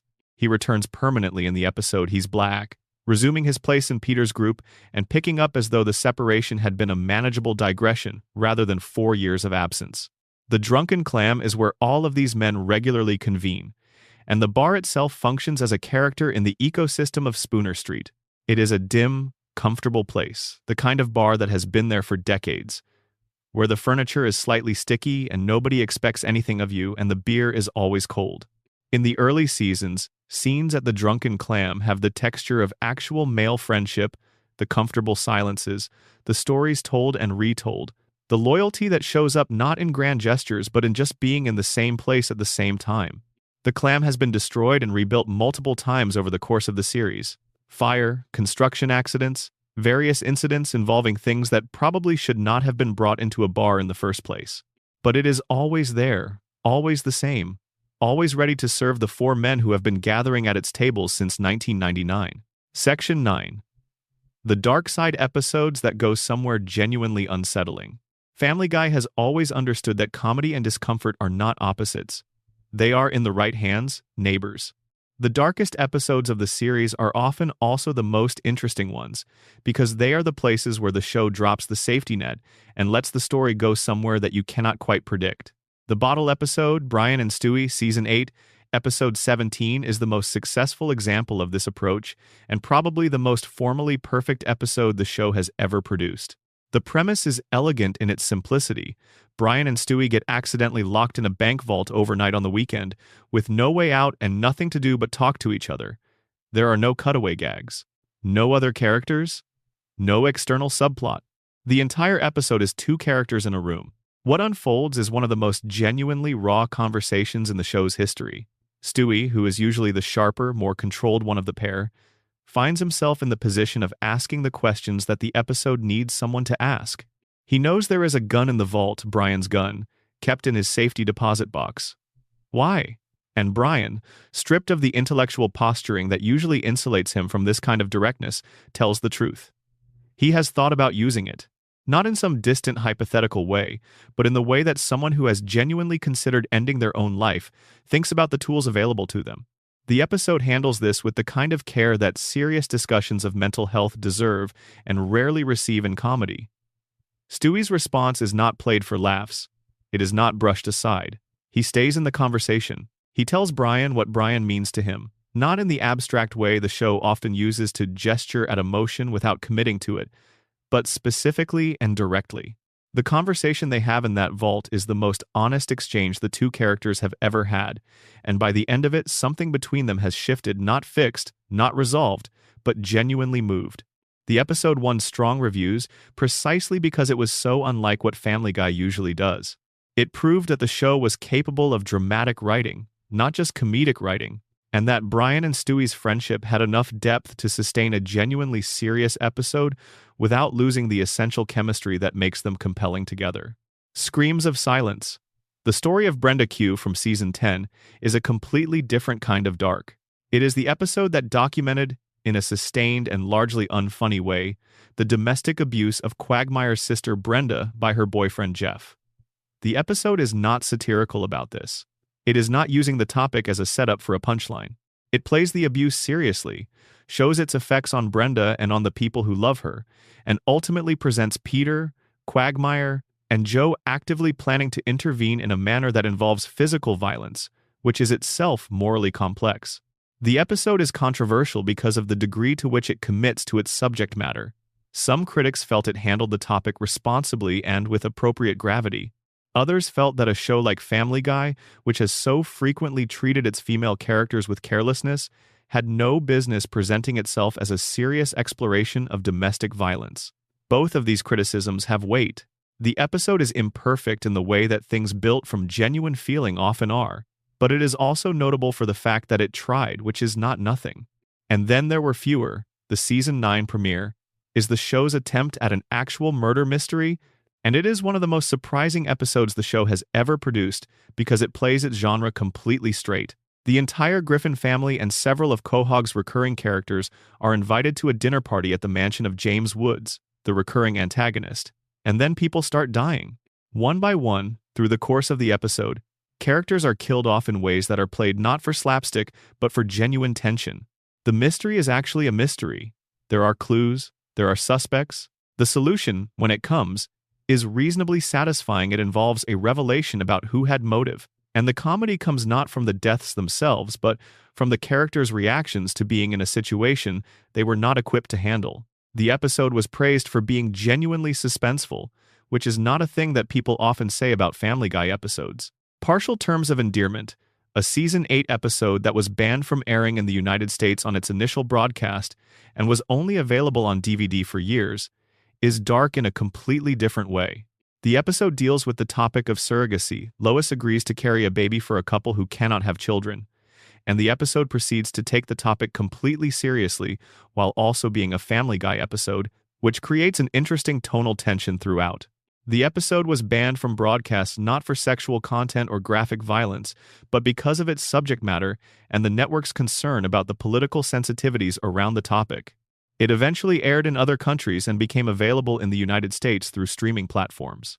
Its existence as a banned episode gave it a certain mystique that probably overstates how edgy it actually is. It is a thoughtful episode, not a shocking one, but the story of its suppression is as interesting as the episode itself. Seahorse Seashell Party, which we've already discussed at length in the context of Meg, belongs in this section too. Because the darkness of that episode is not the kind that comes from violence or from explicit content, but from the thing it chooses to say about a character who deserves better. That kind of darkness, the darkness of a story that tells you something uncomfortable about power dynamics and about who bears the cost of other people's comfort, is in some ways more unsettling than anything involving blood or weapons, because it is more recognizable, more real. The episode I Never Met the Dead Man, from Season 1, which sees Peter accidentally destroying all television reception in Quahog, contains one of the show's earliest flirtations with genuine emotional territory. Without television, Peter has no idea what to do with himself, and the episode explores his dependency on distraction in ways that are uncomfortable and funny in equal measure. It is one of the first signs that the show was interested in character psychology as more than a joke delivery system. Section 10. Death, Loss, and the Moments That Hit You Somewhere Real. For a show that is built around absurdist comedy and generally treats death as a punchline rather than a destination, Family Guy has produced a surprising number of genuinely emotional moments. The key to understanding how this works is that the show has always known the difference between a character dying and a character's death mattering. Not every death in Quahog is meant to land. The show is littered with background characters and minor figures who meet improbable ends in the service of a gag that has nothing to do with grief. But the deaths that are meant to matter, the ones the show builds up to and commits to, are handled with a care that surprises people who come to those episodes expecting business as usual. Francis Griffin's death in the Season 5 episode Peter's Two Dads is the template for this. Peter's father has been a recurring source of tension throughout the show, a man whose deeply traditional Catholic worldview and his genuine love for his son existed in constant friction, never quite resolving into the relationship either of them wanted. When Francis dies, the episode gives Peter space to be lost in his grief, to not know what to do with it. Peter discovers that he might be the son of a different man entirely, and the episode explores the question of what makes someone a father, the biology or the relationship, with more tenderness than you might expect. The funeral scenes in the episode are quiet. The humor, when it comes, is gentle rather than aggressive. The show understands that this is a moment when the character of Peter Griffin, who is usually a vehicle for chaos, needs to be just a man whose father has died. And it honors that. Thelma Griffin, Peter's mother, goes through her own extended arc across the show's run. She begins as a fairly standard sitcom grandmother figure, warm, slightly sharp, comfortable in her relationships with her grandchildren. She ages across the episodes in a way that few animated characters do, becoming frailer, more dependent, until eventually she too passes. In an episode that allows Peter and his family to acknowledge that loss in the gentle, clumsy way that people actually acknowledge loss when they've never quite learned the language for it. The recurring character of Adam West playing a fictional version of himself as the mayor of Quahog is a particular kind of presence in the show. His comedy is the comedy of a man who takes everything completely seriously at all times, including things that absolutely should not be taken seriously. He has a full conversation with a grapefruit that he believes to be sentient. He forms personal attachments to objects in ways that make perfect internal sense to him. He is delightfully, completely unhinged in the specific manner of a man who has decided to interpret the world in the way that makes most sense to him personally, regardless of how that interpretation aligns with consensus reality. Adam West, the actor, died in 2017, and the show handled his character's death in Season 16 with genuine affection. The episode that addressed Mayor West's passing was a proper farewell, a celebration of the character and of the performance that had given him life, treated not as a punchline but as the loss of someone who had mattered to the show and to its audience. The death of Brian Griffin, which we have already spent time with, belongs here because of what it revealed. The fan reaction to Brian's death was so enormous and so visceral, not because the death itself was particularly well executed, but because it demonstrated something that is often underestimated about animated shows. People form genuine attachments to these characters. The feelings are real. The grief is real. The sense of loss is real, even knowing intellectually that these are drawings. That realness is the proof that good character writing works the way it is supposed to work. It makes the fictional people into something that feels like actual people, and their absence is felt the way actual absence is felt. There is also, in the show's long run, the death of Cleveland's first wife Loretta, which happens off-screen between Cleveland's departure for the Cleveland show and various mentions afterward. The show treated the information without the weight it might have carried had Loretta been a more central figure, but her absence changes the texture of Cleveland's story in ways that accumulate quietly over many episodes. What connects all of these moments is the show's willingness, when it chooses to exercise it, to treat death as something that costs the characters around it. The absurdist shell of the series does not require it to do this. It could treat every death the same way, as just another joke-shaped event in an episode full of them. But Family Guy, at its best, has always understood that the comedy is funnier when it exists against a background of something real. The warmth matters more when you know it can be taken away. The chaos is more legible when you understand what it is that the chaos is protecting. Section 11. Genre episodes, parodies, and the show's wildest one-off concepts. The show's willingness to completely abandon its own format in service of a specific creative vision is one of the things that has kept it interesting even in its more inconsistent periods. Family Guy, at its most experimental, is a show that is not afraid to look like a completely different show for an episode or even a multi-episode arc, and the results of this willingness are some of the most memorable pieces of television it has produced.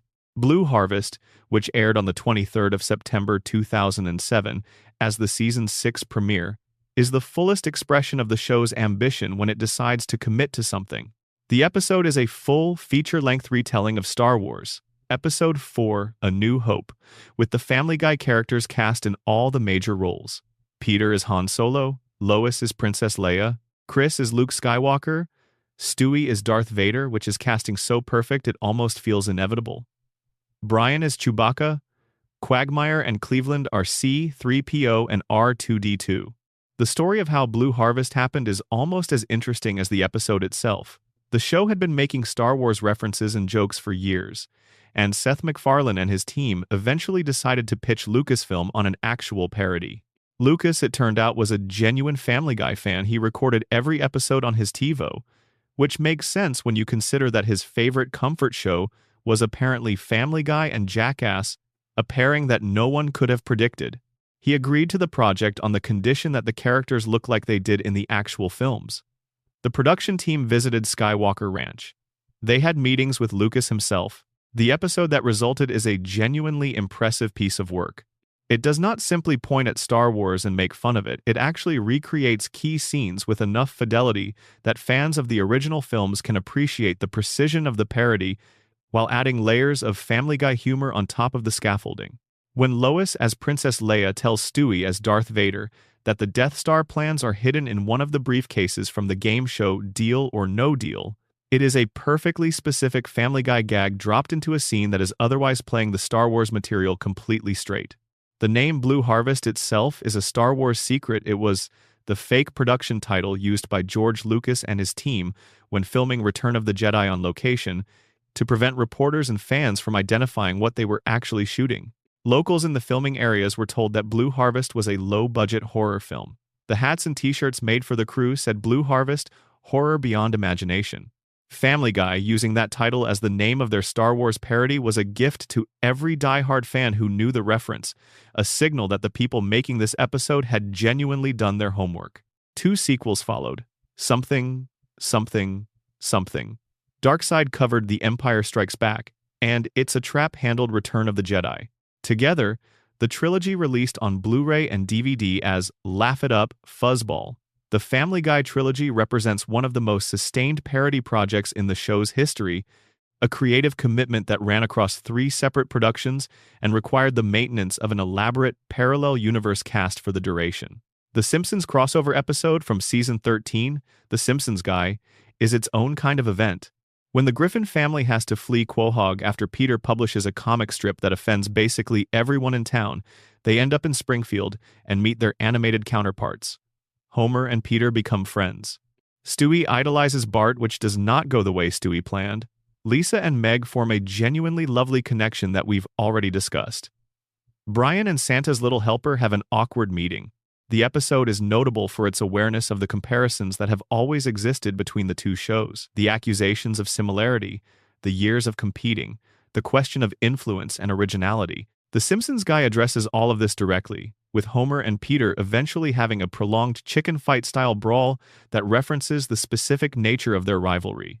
The episode is funnier if you have a long history with both shows, and it manages to be affectionate toward The Simpsons without being sycophantic about it.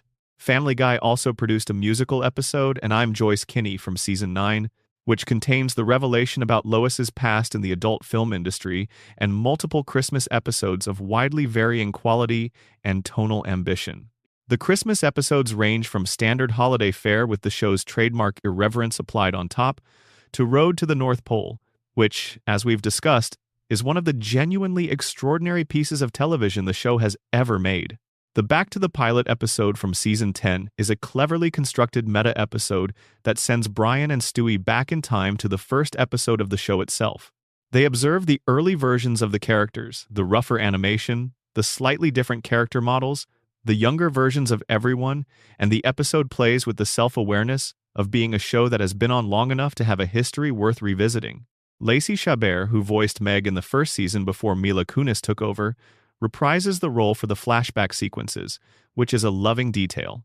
Stewie points out continuity errors in the pilot, the television being unplugged in one shot and then on in the next, Peter's eye appearing on the wrong part of his face, and the episode builds a meta-comedy out of the act of watching yourself from a distance. And Cutaway Land, the episode where Peter and Lois discover they can literally travel through the cutaway gags that the show uses, is the most self-aware thing Family Guy has ever attempted. It is the show acknowledging its own format, making that format the subject of the story, and ultimately using recycled cutaway gags as a shorthand for the episode itself, which is, depending on your sense of humor and your expectations, either brilliant or deeply lazy. The episode ends with Peter waking up and realizing the whole thing was a dream, which is, as has been noted elsewhere, one of the oldest and most tired narrative devices in all of storytelling, which may itself be the joke. The genre experimentation extends to individual episodes that adopt film noir conventions, horror movie tropes, crime drama structures, courtroom drama formats, and documentary styles. The show has always been comfortable putting on a different costume for an episode when the story being told is better served by a different visual or narrative grammar. This flexibility is part of what has kept the show viable across so many seasons. When the format starts to feel stale, the format can simply be abandoned for a while. Section 12. Legacy, fan theories, the culture the show built, and why we're still here. Let's slow down now. Let's let the pace drop to something really easy and calm, because we've covered a lot of ground tonight, and this last section is where we sit with all of it and just breathe for a while. Family Guy has been on television for more than 25 years. It premiered when the internet was still in its relative infancy, when social media didn't exist, when going viral wasn't yet a phrase that meant anything. It came back from cancellation in an era when cancellation was generally the end of the conversation, because the roots back didn't exist yet. And it has continued, season after season, long past the point where most shows either transform into something unrecognizable or simply end. The cultural footprint of Family Guy is enormous and genuinely interesting to trace. The show's cutaway format, which the show itself has acknowledged, has become something of a crutch in its later seasons, fundamentally changed the grammar of what animated comedy was allowed to do. Before Family Guy, most animated comedies, even adult ones, were relatively committed to narrative coherence. The joke had to come from the story. The characters had to generate the humor. Family Guy's insistence that the story could be interrupted at any moment for a completely unrelated gag that bore no connection to what had just been said or done was genuinely revolutionary, even if the revolution eventually consumed itself. The early seasons created some of the most quoted lines in animation history. Giggity. What the deuce? Victory shall be mine. Roadhouse. The sheer density of cultural reference in those early episodes, the way the show moved through parody and homage and direct quotation with a confidence that assumed the audience would keep up, created a viewing experience that rewarded attention and memory in ways that most television did not. The fan community that built around Family Guy in the years between its cancellation and its revival is one of the most interesting case studies in the history of television fandom. The Adult Swim reruns created a new audience that had missed the original broadcast run. The DVD sales created a physical artifact that people could own and rewatch and recommend. The combination of those two things, the late-night broadcasts building awareness and the DVDs building ownership, was a model for how a canceled show could maintain cultural relevance while off the air, and it directly informed decisions that networks would make about other shows in the years that followed.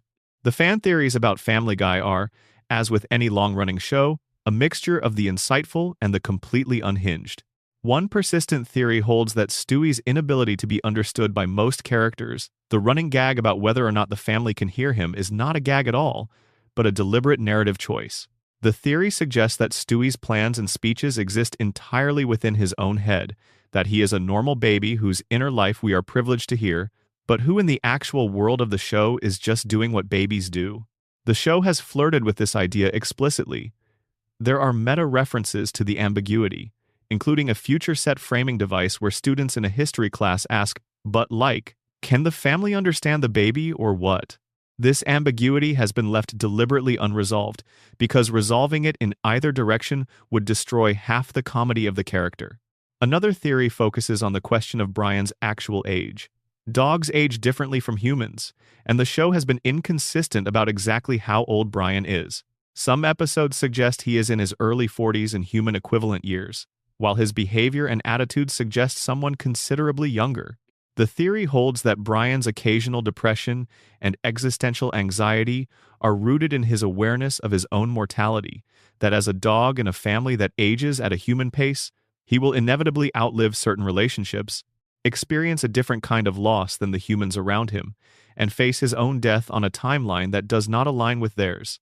The question of whether the show's universe is consistent, whether the events of one episode actually affect the events of the next, is one that the show has addressed directly and comedically on multiple occasions. The general answer is that continuity is honored when it is convenient and abandoned when it isn't, which is an honest description of how most long-running serialized comedies actually work. The few instances of genuine ongoing continuity: Quagmire's hatred of Brian, the aftermath of Brian's death, Meg's arc toward becoming more assertive in later seasons, are treated as meaningful precisely because they are exceptional. The relationship between Family Guy and its peers in the animated comedy space has always been interesting. The South Park creators' criticism, the manatee joke, which depicted the show's writers as marine mammals, randomly combining idea balls to produce jokes, was accurate enough to sting and inaccurate enough to argue with.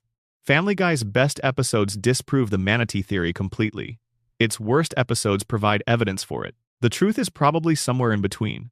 A show of this length and this volume cannot maintain a consistent standard, and the quality varies enormously because the conditions under which episodes are made vary enormously. The comparison to The Simpsons is inevitable and has always been somewhat unfair to both shows. They are doing different things. The Simpsons at its peak was a genuinely sophisticated piece of writing that happened to be a cartoon. Family Guy, at its peak, was a genuinely inventive comedy that used its cartoon medium as permission to do things live action could not do. The two shows are not really in competition with each other in any meaningful sense. They are different kinds of shows that happen to occupy adjacent slots in the same programming block. What Family Guy leaves as its legacy is genuinely complicated. It changed what animated comedy could look like. It demonstrated that canceled shows could come back. It created characters who became genuinely iconic in the cultural memory. Stewie Griffin is recognized by people who have never watched a single episode of the show. The cutaway gag, for better or worse, is a format innovation that bears the show's DNA in every animated comedy that has used it since. The show at its best is funny in a way that is hard to describe precisely because the humor comes from so many different places simultaneously. The parody and homage. The absurdism. The character comedy of watching people who are fundamentally wrong for each other trying to navigate life together. The occasional darkness that arrives without warning and lands harder because of the comedy around it. At 31 Spooner Street, the lights are always on at some hour of the day or night. Peter is probably watching television. Lois is probably sighing at something. Meg is in her room, thinking thoughts that are more interesting than anyone around her knows. Chris is drawing something in a sketchbook that he'll show no one. In the closet, probably, something is stirring that does not quite bear thinking about. Brian is at the kitchen table with a martini, staring at the blank document on his laptop that is supposed to be his novel, has been his novel for as long as anyone can remember. And in the nursery, in the crib behind the dresser in the corner of the room that nobody looks at too closely, in the secret lab that hums quietly beneath the sound of a baby monitor doing its job, Stewie Griffin is up to something. He is always up to something. The plans are drawn. The devices are charged. The timeline is mapped. He is 1 year old, and he has been 1 year old for 25 years, and he has never once stopped scheming, and in some way that is the most perfectly human thing about him. That is the world, that is the show. And whatever you think of it, however many of its seasons you've loved, however many you've argued with, however many you've watched at 3 in the morning when you couldn't sleep, the fact that you've been here, tonight, listening to all of this, says something real about the hold these people have on you.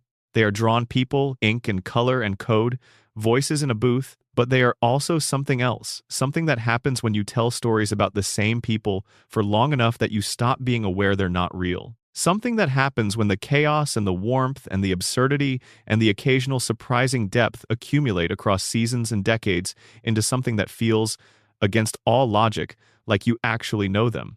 Peter Griffin, Lois Griffin, Meg, Chris, Brian, Stewie. The drunken clam is still open. The chicken is probably not that far away. And Stewie is saying something that nobody can quite make out. Sleep well. If you made it this far, thank you so much for being here. This kind of content takes an enormous amount of research and care, and knowing that you're listening wherever you are, whatever time it is, makes every hour of it worth it. Drop a comment telling me your favorite Family Guy storyline, the one you think about when the show comes to mind, the one that stayed with you. I read every single one. And if you haven't subscribed yet, please do. It's free, it means the world to me, and it tells the algorithm that this kind of long, calm, immersive content is worth recommending to other people who might need it at 3 in the morning. Thank you. Genuinely. Now close your eyes. Bonus Section A. The World of Quahog. Every corner of this strange city. The city of Quahog is not just a backdrop for the show's stories. It is a character in itself, with a specific geography and a specific set of institutions and a specific population of recurring figures, whose presence across many episodes gives the world of the show its particular density and texture. Spending time understanding Quahog as a place, as a complete fictional ecosystem, rather than just a setting, makes the stories that happen within it richer and more resonant. The founding mythology of Quahog is established early in the show's run through Peter's ancestor Nate Griffin, who appears in several episodes involving flashbacks to the colonial and antebellum periods. Nate is presented as the progenitor of the Griffin line, the ancestor through whom Peter's connection to this specific piece of New England is established.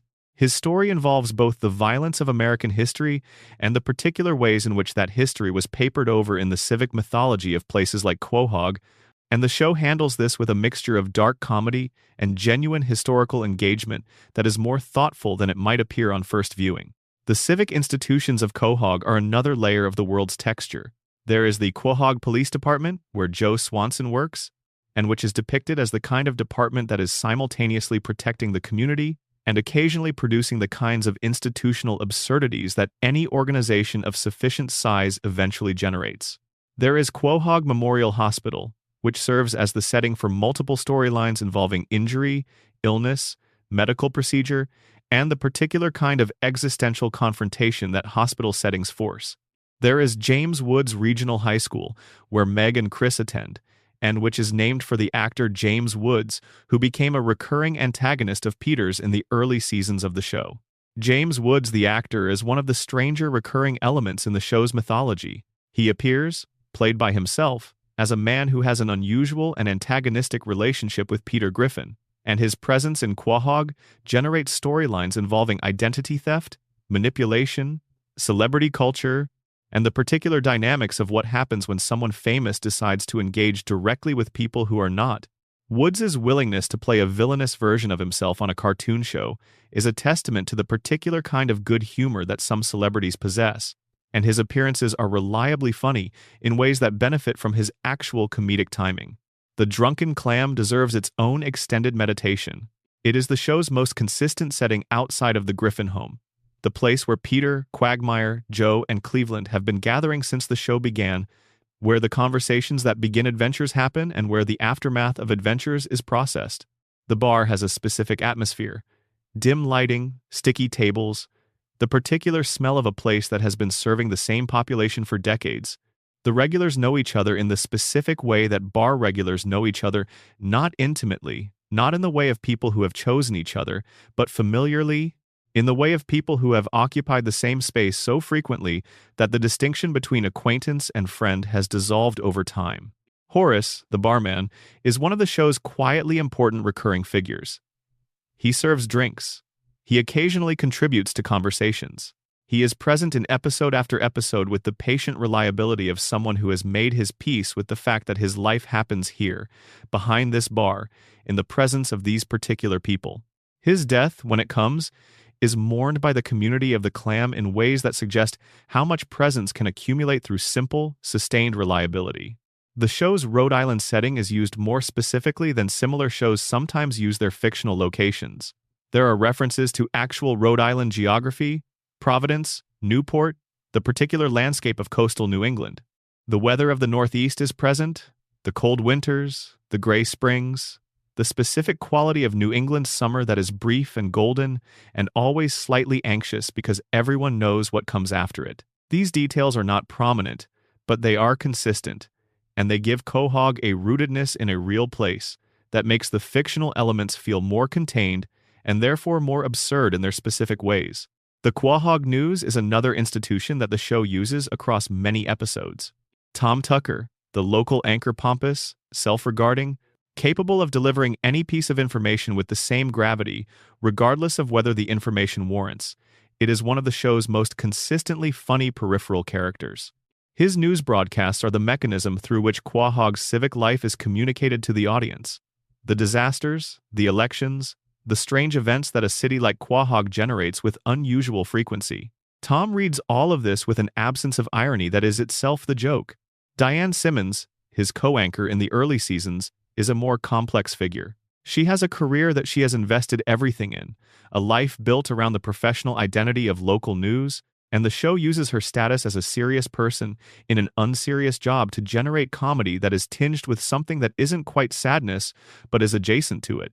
Her eventual departure from the show in a storyline that involves significant violence is handled with the show's characteristic willingness to take consequences seriously when it has decided that taking them seriously serves the story. Mayor Adam West, the real Adam West, playing himself as the inexplicable mayor of this inexplicable city, is perhaps the most perfect use of a celebrity in the show's history. The joke is not simply that he is the Batman actor. The joke is that he inhabits the mayoral role with the complete sincerity of someone who has never once questioned whether he is qualified for it. He makes decisions about city governance with the calm confidence of a man who trusts his own judgment absolutely, even when his judgment leads to conclusions that no one else in the building could have arrived at by any available route. He has genuine conversations with inanimate objects that he believes to be sentient. He forms personal attachments to things that should not generate personal attachments. He is moved by things that have no apparent emotional content and unmoved by things that would alarm any reasonable civic authority. And the show never explains him, never suggests that there is anything unusual about a city being run by this person. He is simply the mayor, and the city is simply what it is under his administration, and everyone in Quahog has made some version of peace with this arrangement. In the Quahog world, Adam West died in June 2017, was handled by the show in season 16 with the kind of genuine respect that the show reserves for losses it actually feels. The episode was a tribute, affectionate, specific, unwilling to make the death a punchline. It acknowledged that West's presence on the show had been one of the genuine pleasures of it, and that his absence would leave something that could not be replaced by any other casting choice. The church, the school, the hospital, the bar, these institutions give Quahog its civic skeleton, the structure around which individual episode stories build themselves. But it is the people who populate them who give the city its particular life. Mort Goldman at the pharmacy, Bruce wherever Bruce happens to be, Herbert with his lemonade, Bonnie Swanson managing the particular challenges of her household, Consuela, the cleaner who appears when she appears, and whose limited English and unlimited refusal to be hurried by anyone is its own complete comic statement. All of these people live in the same city as the Griffins, and all of their stories are adjacent to the Griffins' stories in ways that the show returns to and expands across its run. Quahog is crowded in the way that fictional places rarely are crowded with people who have their own trajectories and their own histories and their own ways of being in the world, even if those trajectories are sometimes more sketch than story. That crowd gives the show its particular sense of life. There is always more happening in Quahog than any single episode can contain. Bonus Section B, The Time Machine and Everything It Touched. Stewie Griffin builds a time machine in the first season of the show. This is established early and treated, like everything in Quahog, as simply a fact about the world. The time machine is in the secret lab behind the dresser in the nursery. It works. Stewie uses it. The consequences of its use range from negligible to civilization-threatening, and the show treats both ends of that range with approximately the same comic tone. The time machine is important not just as a plot device, but as a statement about Stewie's relationship with time itself. He is, as has been established, 1 year old. He has been 1 year old for the entire run of the show. He has been 1 year old for over 25 years, which means that the passage of time in the narrative does not map onto the passage of time in his biography in any conventional way. The time machine is, in this sense, Stewie's most fitting invention, a device for a character whose relationship with time is already fundamentally unusual. The first major time travel episode involving the time machine in a central role is the Road to Germany installment, in which Mort Goldman accidentally steps into the machine and is sent to 1939 Poland. Stewie and Brian follow. The episode establishes that the time machine can take you anywhere in history, but requires specific coordinate knowledge to return you to the correct moment. You cannot simply set it to now and expect it to land you in the exact now you came from. The calibration problem is one of the recurring technical challenges that the machine presents, and the show uses it to generate narrative stakes across multiple episodes. The episode I Dream of Jesus has Peter discovering a jukebox in a diner that still has Happy Days by Weezer in it, then obsessing over the song to the point where he tracks down Jesus Christ, who is working at a record store, and the two of them develop a strange friendship that escalates in ways that have nothing directly to do with time travel, but which use the show's complete willingness to treat the fantastical as ordinary, in ways that the Time Machine episodes also depend on. Back to the Pilot is the cleanest use of the time travel premise as a creative statement. Stewie and Brian use the machine to visit the events of the show's first episode to go back to the exact moment when Family Guy began and observe it from the perspective of having lived through everything that followed. The episode can make self-aware jokes about the first episode's inconsistencies precisely because the show has decided that the time travel frame is a vehicle for honesty about its own history. The original pilot had errors. The show knows this now. The characters can observe those errors from the vantage point of everything that has been built since. Yug Yilimov is the episode that runs time backward, which reveals a chicken fight's origin as noted earlier, but which also produces its own particular visual comedy from the reversal of the show's normal causality. Things happen in reverse order. Actions have their consequences before their causes. The reversed family dynamics arguments that become reconciliations, separations that become reunions produce a version of the show that is simultaneously funny and strangely poignant, a reminder of the paths not taken within each episode's narrative. Christmas Guy is the episode where the time machine's emotional stakes are highest. After Brian's death in Life of Brian, Stewie is devastated in ways that the episode takes seriously rather than playing for comedy. The grief is real. The absence is real. And when Stewie encounters an alternate timeline version of himself who still has the time machine that the regular timeline Stewie destroyed, he uses it not for any world-dominating purpose or grand adventure, but simply to go back and save his friend. The moment where Stewie arrives in the past, the moment where he intercepts the car that was about to hit Brian, is shot and played with genuine emotional weight. Brian is saved. He doesn't know why Stewie is there, doesn't know what was prevented, walks away without understanding the magnitude of what just happened. Stewie watches him go, having given up the ability to time travel again in order to keep Brian alive, and the sacrifice is quiet and complete. It is one of the most genuinely loving things any character on this show has ever done for another, and it is accomplished through the same device that has been used to create chaos and comedy across so many episodes. The Time Machine, at its best, is not a plot convenience. It is a window into what these characters would do for each other when the moment came down to it.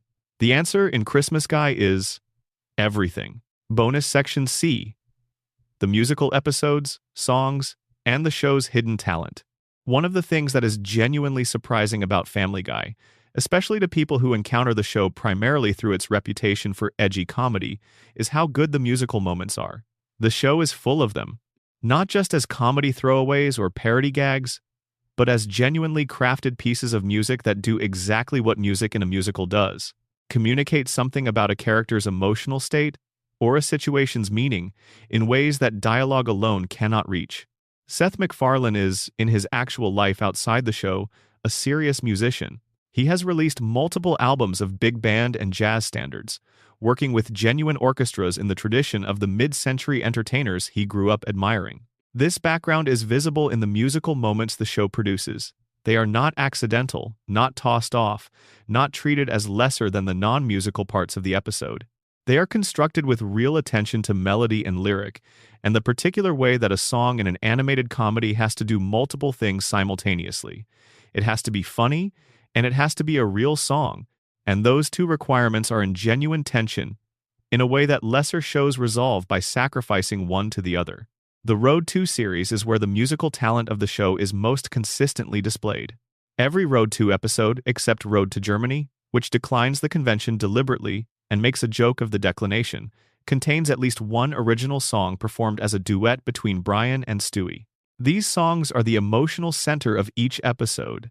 They are the moment where the relationship between the two characters is expressed most directly, where the comedy and the feeling are working simultaneously rather than in sequence. Road to Rhode Island ends with Brian and Stewie on a train, singing about what makes them such an unlikely but genuine pair. The song is charming and slightly sad. It acknowledges the improbability of the friendship while also asserting its reality, and the melody carries something that lingers after the episode ends. The orchestration is warm without being sentimental. It is, in every sense, a real song. The most celebrated musical moment in the entire Road to series is probably It's a Wonderful Day for Pi from Road to the Multiverse, performed in the Disney-style alternate universe. The song is deliberately in the mode of classic Disney animation musicals, the kind of optimistic, slightly innocent number that is associated with the golden age of the studio, and it works on multiple levels simultaneously. It is a spot-on pastiche of the Disney musical style. It is funny because of the context it is deployed in. And it is also, when you strip away the comedy context, genuinely a good song with a real melody that you might find yourself humming hours after the episode ends. Christmas Time is Killing Us from Road to the North Pole is the most tonally complex of the show's original songs, a Christmas number that is genuinely haunting rather than cheerful, that carries the weight of the episode's dark vision of what Christmas has become without becoming oppressive. The orchestration is full and rich. The lyrics are genuinely clever in the specific way that great comedy music lyrics are clever. They make you laugh and then make you think about why you laughed and what you're actually laughing at. Outside the Road to series, the show has produced musical moments in individual episodes that are as good as anything in those dedicated musical episodes. The cutaway to Peter singing The Surfin' Bird in I Dream of Jesus is a joke that becomes something else entirely through sheer commitment and repetition. It runs far longer than a normal gag would. Past the point of funny, through the point of unfunny, out the other side into something that is funny again for different reasons, and then keeps going until it becomes a statement about the nature of commitment to a bit. The musical episode as a formal genre, the episode that is itself structured as a musical rather than containing musical moments, is something Family Guy has approached obliquely rather than directly. The Blue Harvest trilogy contains significant musical elements, with the Star Wars musical traditions being replicated and gently subverted. Various holiday specials structure themselves around musical performances. The show has never done a formal Buffy-style all-musical episode, which is perhaps a missed opportunity given how good it clearly could be at one. What the musical moments across the show's run demonstrate, taken together, is that the show understood music as a tool for the things that other tools cannot reach. When the writing needs to express something that is too sincere for comedy and too complicated for exposition, it reaches for a song. The best of those songs are the best moments in the show's history, not despite being musical but because of it. Bonus Section D, the fan experience, watching, rewatching, and the culture of the show. There is a specific experience that people who grew up with Family Guy describe, and it is not quite like the experience of growing up with any other show. It involves having watched the same episodes enough times that the cutaway gags arrive in memory before they arrive on screen. It involves quoting lines in context where the person you are quoting them to does not recognize them and cannot be expected to, but you cannot help yourself because the line fits the situation so perfectly that withholding it would be a kind of loss. It involves, above all, a relationship with a set of fictional people who have been in your life long enough that they have the texture of people you actually know. The show's cultural presence during its peak years, roughly 2005 through 2010, corresponding to the first wave of post-revival seasons, was enormous in ways that are easy to underestimate in retrospect. Family Guy was one of the first shows whose comedy was designed, almost accidentally, for the internet. The cutaway format, the self-contained little scene that appears, makes its joke, and disappears, was perfectly suited to the clip culture that YouTube made possible when it launched in 2005, the same year Family Guy returned from cancellation. A 30-second cutaway could be uploaded to YouTube, watched millions of times, shared across the early social networks that were beginning to form during this period, passed from person to person through the mechanisms of early internet culture, and reach people who had never watched the full episode it came from. The clips were the advertisement. They created an audience that then went looking for the episodes. This feedback loop, clip to viewer to full episode to new clip, was part of what drove the show's ratings during its peak period and established the cultural penetration that meant Family Guy could not go unnoticed, even by people who did not watch it. The experience of rewatching the show is also specific in ways that reward attention. The early episodes in particular reveal things on second and third viewing that are not visible on first. Background gags, visual jokes happening at the edge of the frame, references that are dropped casually into scenes without being highlighted in ways that would make them obvious to someone who was watching for the first time. The density of the early episodes is a product of the care with which they were made, of the specific pleasure the writers took in packing as much as possible into 22 minutes without letting the seams show. Later episodes are less dense, not because the writers stopped trying, but because the format evolved. The cutaway gags themselves became a kind of density, filling the space that the more integrated jokes of the early episodes had filled. And the trade-off of that substitution is something that fans who have watched the whole run can feel even if they cannot always articulate it precisely. The show's relationship with its own history is something the later seasons engage with directly and the earlier seasons take for granted. Back to the Pilot is the clearest engagement with this, the show looking at its own beginning from the vantage point of its accumulated history, but it shows up in smaller ways throughout the later run.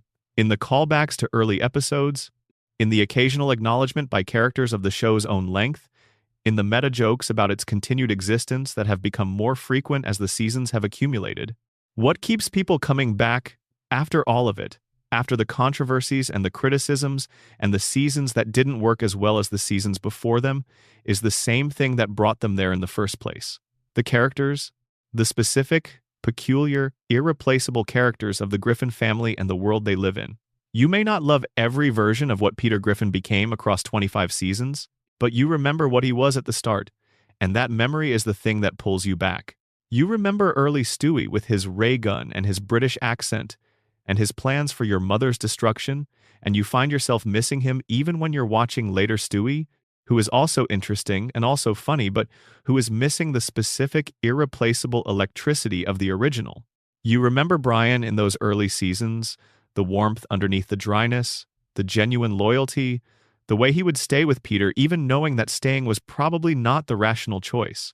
You remember Meg in those first 3 seasons when the show treated her as a person rather than a punchline. And you hold that memory against what came after. And you stay. You keep watching. Because the show, even in its most inconsistent periods, has always been capable of producing a moment that is good enough, warm enough, funny enough, strange enough, to remind you of why you started watching in the first place. Those moments are not as frequent as they were in seasons 1 through 5, but they are still there. And finding them the unexpected episode in a later season that suddenly reminds you of what the show can be is its own particular pleasure. The pleasure of discovering that something you thought you had lost was simply waiting in a place you hadn't looked yet. Bonus Section E. Everything unfinished, the stories the show left open. Family Guy has, across its many seasons, left a remarkable number of narrative threads open. Some of these are left open deliberately, as ongoing elements that the show returns to periodically. Others are left open accidentally, as storylines that were introduced and never fully resolved. And some are left open in the specific way that long-running serialized comedy leaves things open, through the reset button, through the deliberate choice to return characters to their starting positions at the end of each episode, which means that changes that are made within an episode are often not changes at all in the larger continuity of the show. The most frustrating open thread is the one involving Meg. At multiple points across the show's run, the narrative has built towards something toward Meg being treated as a full person by her family, toward Peter acknowledging what he has done to her and committing to doing something different, toward the relationship between father and daughter becoming what it could be rather than what it has been.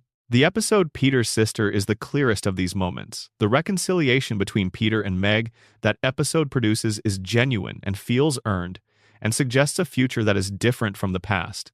And then the future becomes the past, and it is not different. The reset is total. The next episode proceeds as though the reconciliation never happened, and Meg is back in her usual position in the family's emotional hierarchy, which is at the bottom, receiving the displaced frustrations of everyone above her. This pattern, the promising episode followed by the total reset, is the clearest evidence of the show's unwillingness, during the middle period of its run, to commit to character growth as something that has continuity. Episodes can change characters for their duration, but the duration is all it gets. The continuity of who the characters are is maintained, regardless of what any individual episode suggests about who they might become. The Brian and Quagmire feud is another open thread, a genuine ongoing animosity whose origins the show explained in the Quagmire speech episode but which has never been resolved in any meaningful sense.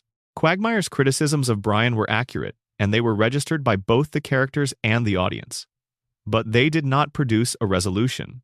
They produced a sustained antagonism that has since become a feature of the show's background, running in parallel to the primary friendships without ever being addressed with the seriousness that the original confrontation suggested it deserved. The question of Stewie's moral status, whether he is genuinely dangerous or whether the dangerous persona was always performance, is another thread that the show has been content to leave in permanent ambiguity.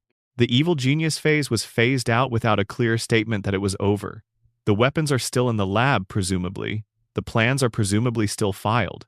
But the plans are not being executed, and the weapons are not being deployed, and the Stewie who walks through the later seasons is someone who has clearly moved on from that particular version of himself without the show ever acknowledging the transition directly. Chris's artistic talent is a thread that the show picks up and puts down with frustrating irregularity. There are episodes where Chris is genuinely the protagonist of his own story, where his gift for drawing is the engine of the episode's plot, where who he is turns out to matter in ways that the show usually reserves for other characters.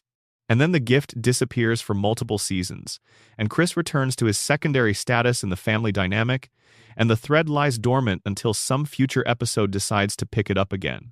The potential in Lois's backstory in the full, complicated history of a woman who grew up wealthy and chose to leave that world, who had a past considerably more interesting than her present circumstances suggest, who has depths that the show has periodically excavated without fully committing to what it finds, is perhaps the show's biggest unexplored narrative territory.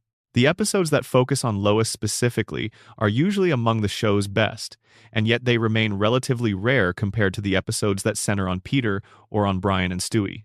The show knows Lois is interesting. It just doesn't always act on what it knows.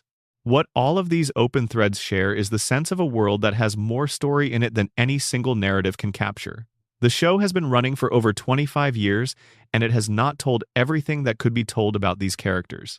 There are versions of these people that the show has never quite reached, versions that are implied by what we know about who they are but that have never been given full expression on screen. That unrealized potential is part of what keeps the show interesting even in its later seasons. Not because the show is consistently reaching for it, but because you can feel it there, just outside the frame, the version of the story that could have been told. The Peter who grew from his mistakes rather than just making them again.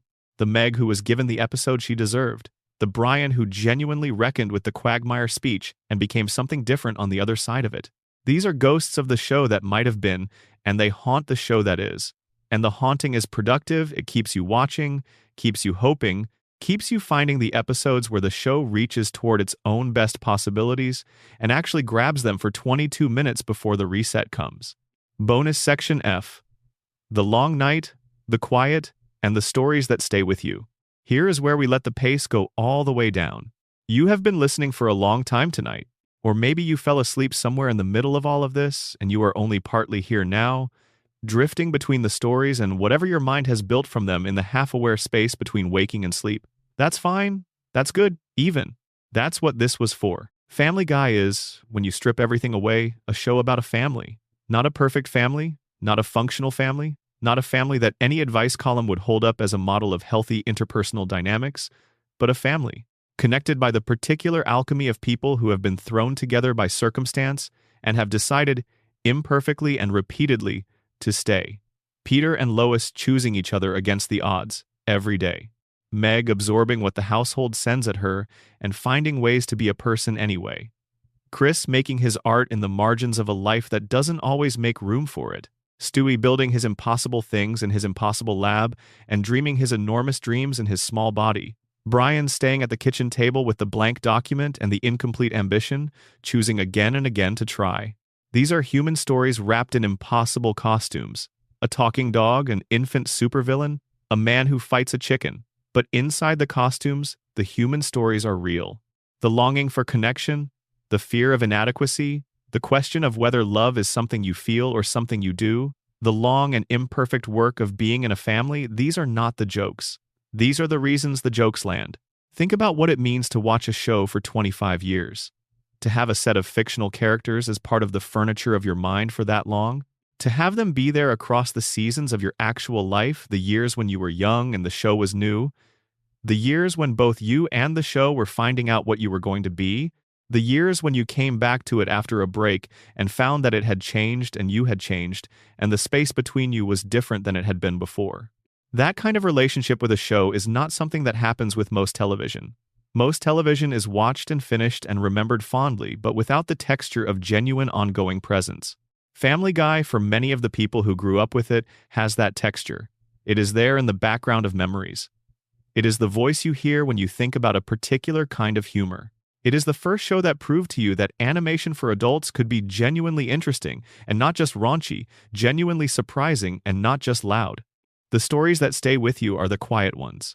The bottle episode, the Road to Rhode Island finale on the train, the moment in Christmas Guy where Stewie steps in front of the car, the Peter and Lois argument that ends not with resolution but with the simple fact of them still being in the same room, still choosing the same difficult thing they have always chosen. The moment in Seahorse Seashell Party where Meg says all the things she has never been allowed to say, and the room is very quiet for a moment, and you can feel the weight of every episode that led to that moment sitting in the silence.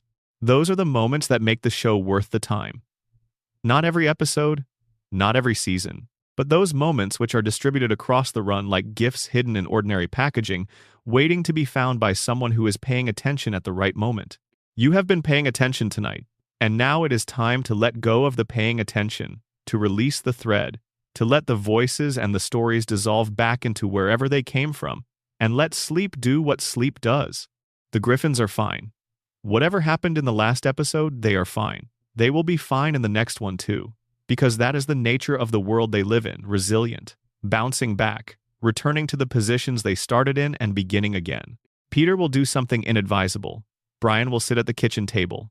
Stewie will be up to something behind the dresser. Meg will survive another episode. Chris will make something beautiful that no one sees. They will be there tomorrow.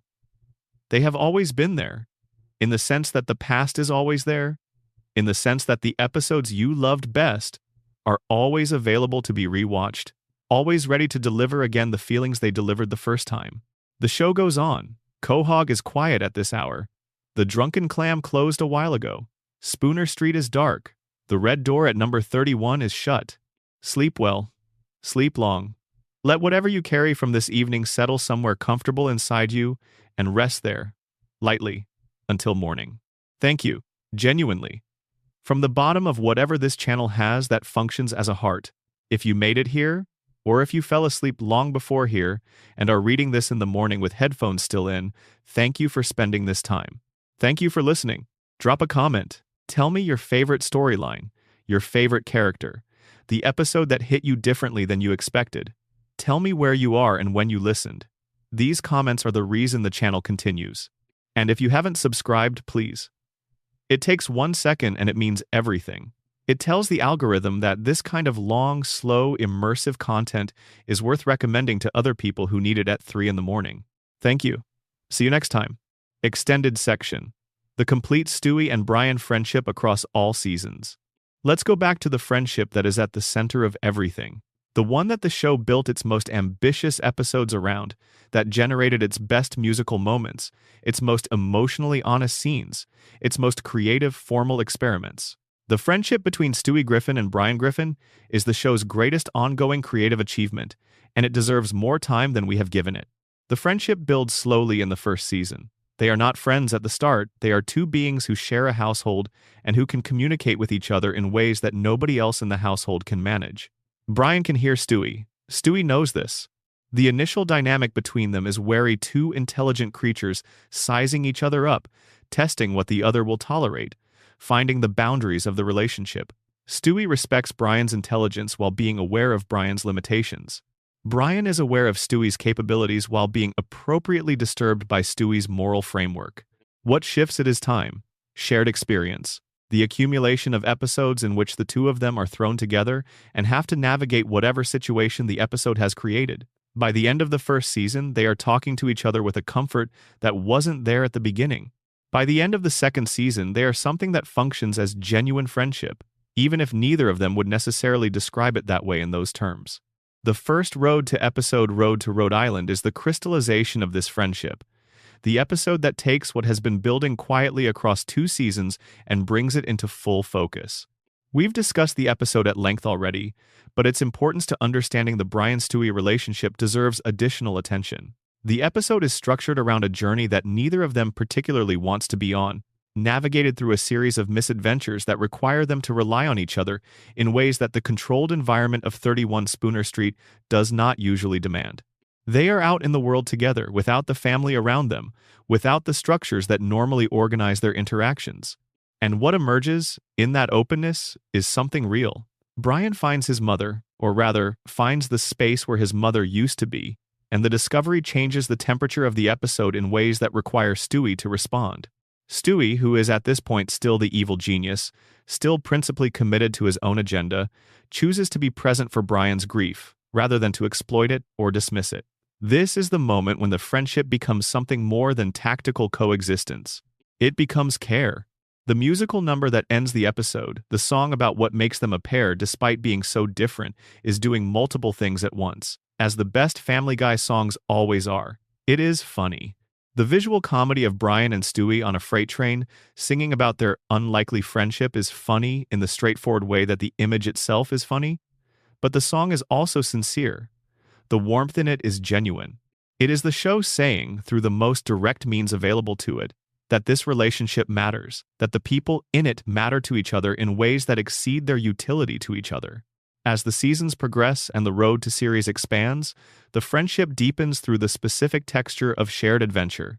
They have been to Germany in the 1940s together. They have navigated multiple parallel universes together. They have attempted to deliver Christmas presents to every child in the world together. They have been locked in a bank vault together and had the most honest conversation either of them has ever had with another person. Each of these shared experiences adds to the archive of the friendship, to the catalog of things they have done together that nobody else was present for, that belong only to the two of them, that form the foundation of an intimacy that is deeper than any of Brian's romantic relationships and arguably deeper than Stewie's relationship with anyone else in his life, including Rupert. The bottle episode Brian and Stewie deserves extended attention because it is the clearest statement the show has ever made about what this friendship is built on. The episode strips away everything, the cutaways, the other characters, the external plots, the physical comedy that the show usually uses to manage the pacing of its scenes, and leaves only the two of them in a bank vault with nothing but time and the truth between them. Brian's admission about the gun is not presented as a joke. There is no punchline attached to it. The scene plays in a quiet, careful register that the show almost never reaches, a register that requires the audience to hold the weight of what Brian is saying without the usual comedy infrastructure to help process it. He is telling Stewie that he has thought about ending his own life. He is telling his best friend something that he has told no one else. And the reason he is able to tell Stewie this particular truth is that Stewie is the only person in his life who actually sees him, who sees past the performance of the sophisticated intellectual that Brian maintains for everyone else. Stewie's response is perfect in its simplicity. He doesn't minimize what Brian has said. He doesn't immediately try to fix it. He stays with it, and he tells Brian what Brian means to him. And the telling is specific and direct and completely without the emotional hedging that most people use when they are trying to say something true and important. Stewie has always been direct. It is one of his best qualities. In this episode, his directness becomes the vehicle for an expression of love that is as clear and as unambiguous as any the show has ever produced. The episode ends with them still in the vault, having agreed to wait for Monday together. Nothing has been resolved in the grand sense. Brian's underlying sadness is not fixed by the conversation, but something has passed between them that matters some acknowledgement, some witnessing.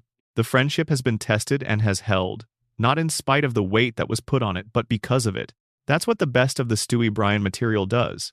It uses the comedy context, the talking dog, the evil genius baby to approach things that are genuinely difficult to approach directly. The absurdity is not a barrier to the emotion. It is a corridor that leads to it. Extended section. The women of Quahog beyond Lois and Meg. The female characters of Family Guy beyond Lois and Meg are a population that has received varying degrees of attention across the show's run, and their collective story is as interesting as the individual stories of any of them. Bonnie Swanson, Joe's wife, has been navigating one of the more quietly complex domestic situations on the show since her introduction. She is married to Joe, who is exceptional in many ways and emotionally unavailable in others. She was pregnant for approximately 6 years of the show's early run, a running joke that the show eventually addressed by simply having the baby arrive. Susie Swanson, their daughter, is voiced by Patrick Stewart in her internal monologue, a casting choice that is so perfectly absurd and so perfectly committed to that it elevates every scene it appears in. Bonnie's arc across the seasons moves from patient supporting character to woman who has had enough, which is a narrative journey that the show treats with more seriousness than you might expect. The season 11 episode where she files for divorce is not played for comedy in the way that earlier episodes dealing with the Swanson marriage were played for comedy. It is a genuine crisis, and the show takes the time to depict both sides of it, Bonnie's legitimate frustrations and Joe's genuine love for her, that he cannot quite translate into the behaviors that would address those frustrations. The resolution of the divorce arc is imperfect in the ways that family comedy resolutions are often imperfect. Things return to something like stability without fully resolving the underlying tensions that created the crisis. But the arc itself, across its run, is one of the show's more honest engagements with what long-term marriage actually costs the people inside it. Donna Brown, Cleveland's second wife who appears when Cleveland returns from the Cleveland show, is a character who carries the weight of an entire separate show's worth of backstory. She is established, warm, capable, and clearly good for Cleveland in ways that Loretta ultimately wasn't.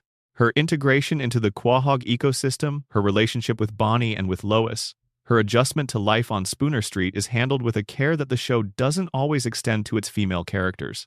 Meg's friendships beyond the family are an underexplored dimension of her story. She has periodic connections with other girls at James Woods High, sometimes cruel ones, sometimes tentative positive ones, but the show rarely develops these into sustained storylines. The Connie D'Amico relationship, the popular girl who serves as Meg's primary high school antagonist, is the most consistently depicted of these, and Connie's cruelty toward Meg is used to contextualize and amplify the cruelty Meg receives at home in ways that make the pattern visible even when the show seems to be playing it for laughs. The episode where Connie gets her comeuppance, where the social dynamics of James Woods High shift and Connie finds herself in a position she has never been in before, is one of Meg's more satisfying moments, played straight rather than undercut, and it demonstrates again that the show knows how to write Meg when it decides to take her seriously. Jillian, Brian's longtime girlfriend, is one of the more interesting female characters in the show's history, specifically because of the role she plays in the story of Brian's self-image. She is warm, and she is genuinely good-natured, and she loves Brian with an uncomplicated devotion that Brian clearly values without being able to fully respect, because part of Brian's self-image requires an intellectual peer rather than someone whose gift is for feeling rather than thinking. The relationship with Jillian reveals things about Brian, his need to be the smart one, his difficulty with genuine uncomplicated warmth, his tendency to value intelligence as a virtue, in ways that cause him to undervalue other things that no other storyline makes quite as visible.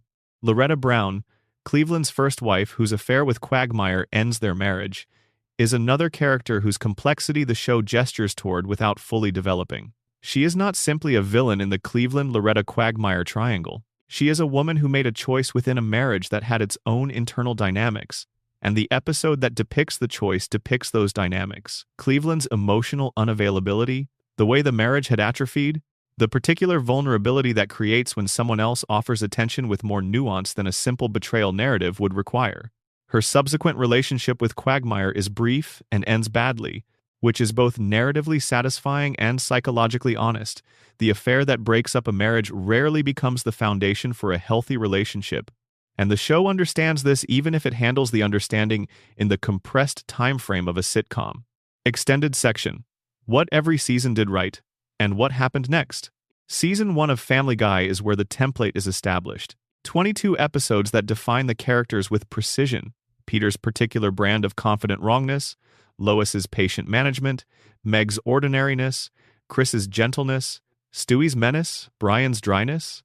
The humor is already distinctive, already operating in the specific Family Guy register that would become influential, but the show is also clearly still finding its exact shape. The cutaways are present but calibrated. The character moments are given room. The family dynamics are real in the way that the best family comedy always makes its fictional families real. Season 2 builds on this. The Road to Rhode Island episode expands what Brian and Stewie can be together. Death is a Bitch introduces the Grim Reaper as a recurring character in ways that establish the show's willingness to literalize its own metaphors. The character of Cleveland is deepened through episodes that give him more screen time and more interiority. The show is clearly getting better, finding its confidence, trusting its instincts. Season 3 is the peak of the original run. By this point, the show knows exactly what it is and is producing episodes that operate at that peak consistently. The writing is sharper. The character relationships have accumulated enough texture that the episodes can build on what came before.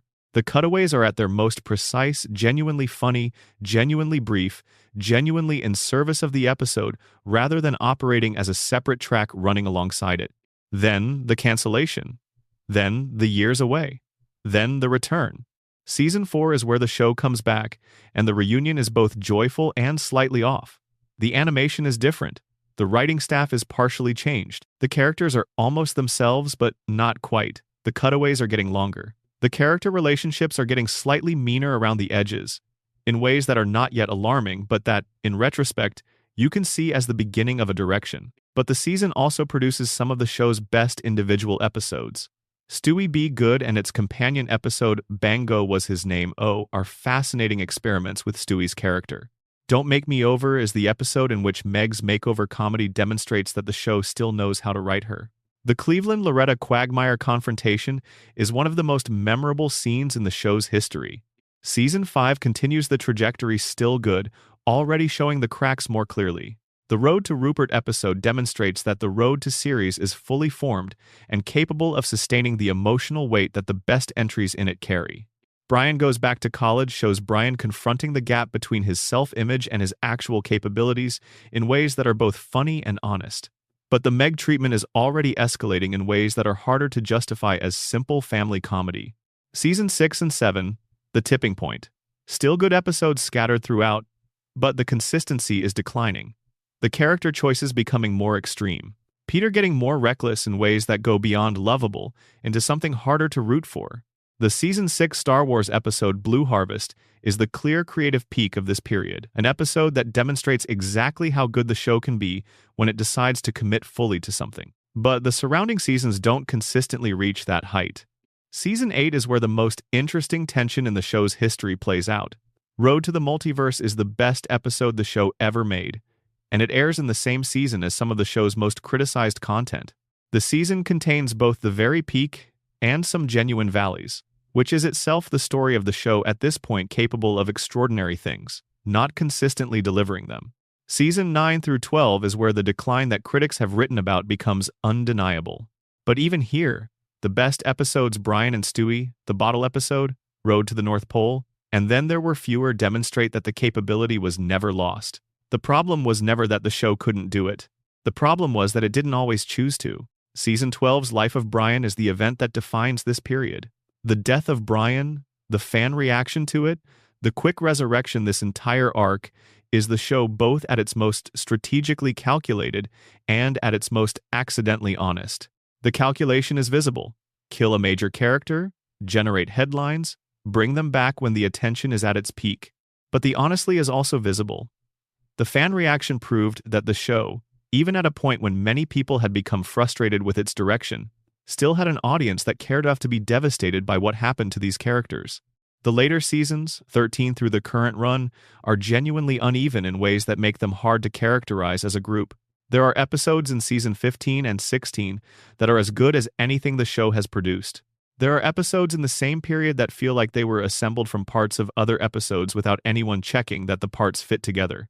The show's relationship with its own characters, particularly Meg, whose treatment begins to improve around this period, is shifting in ways that suggest genuine reflection on what the show had been doing.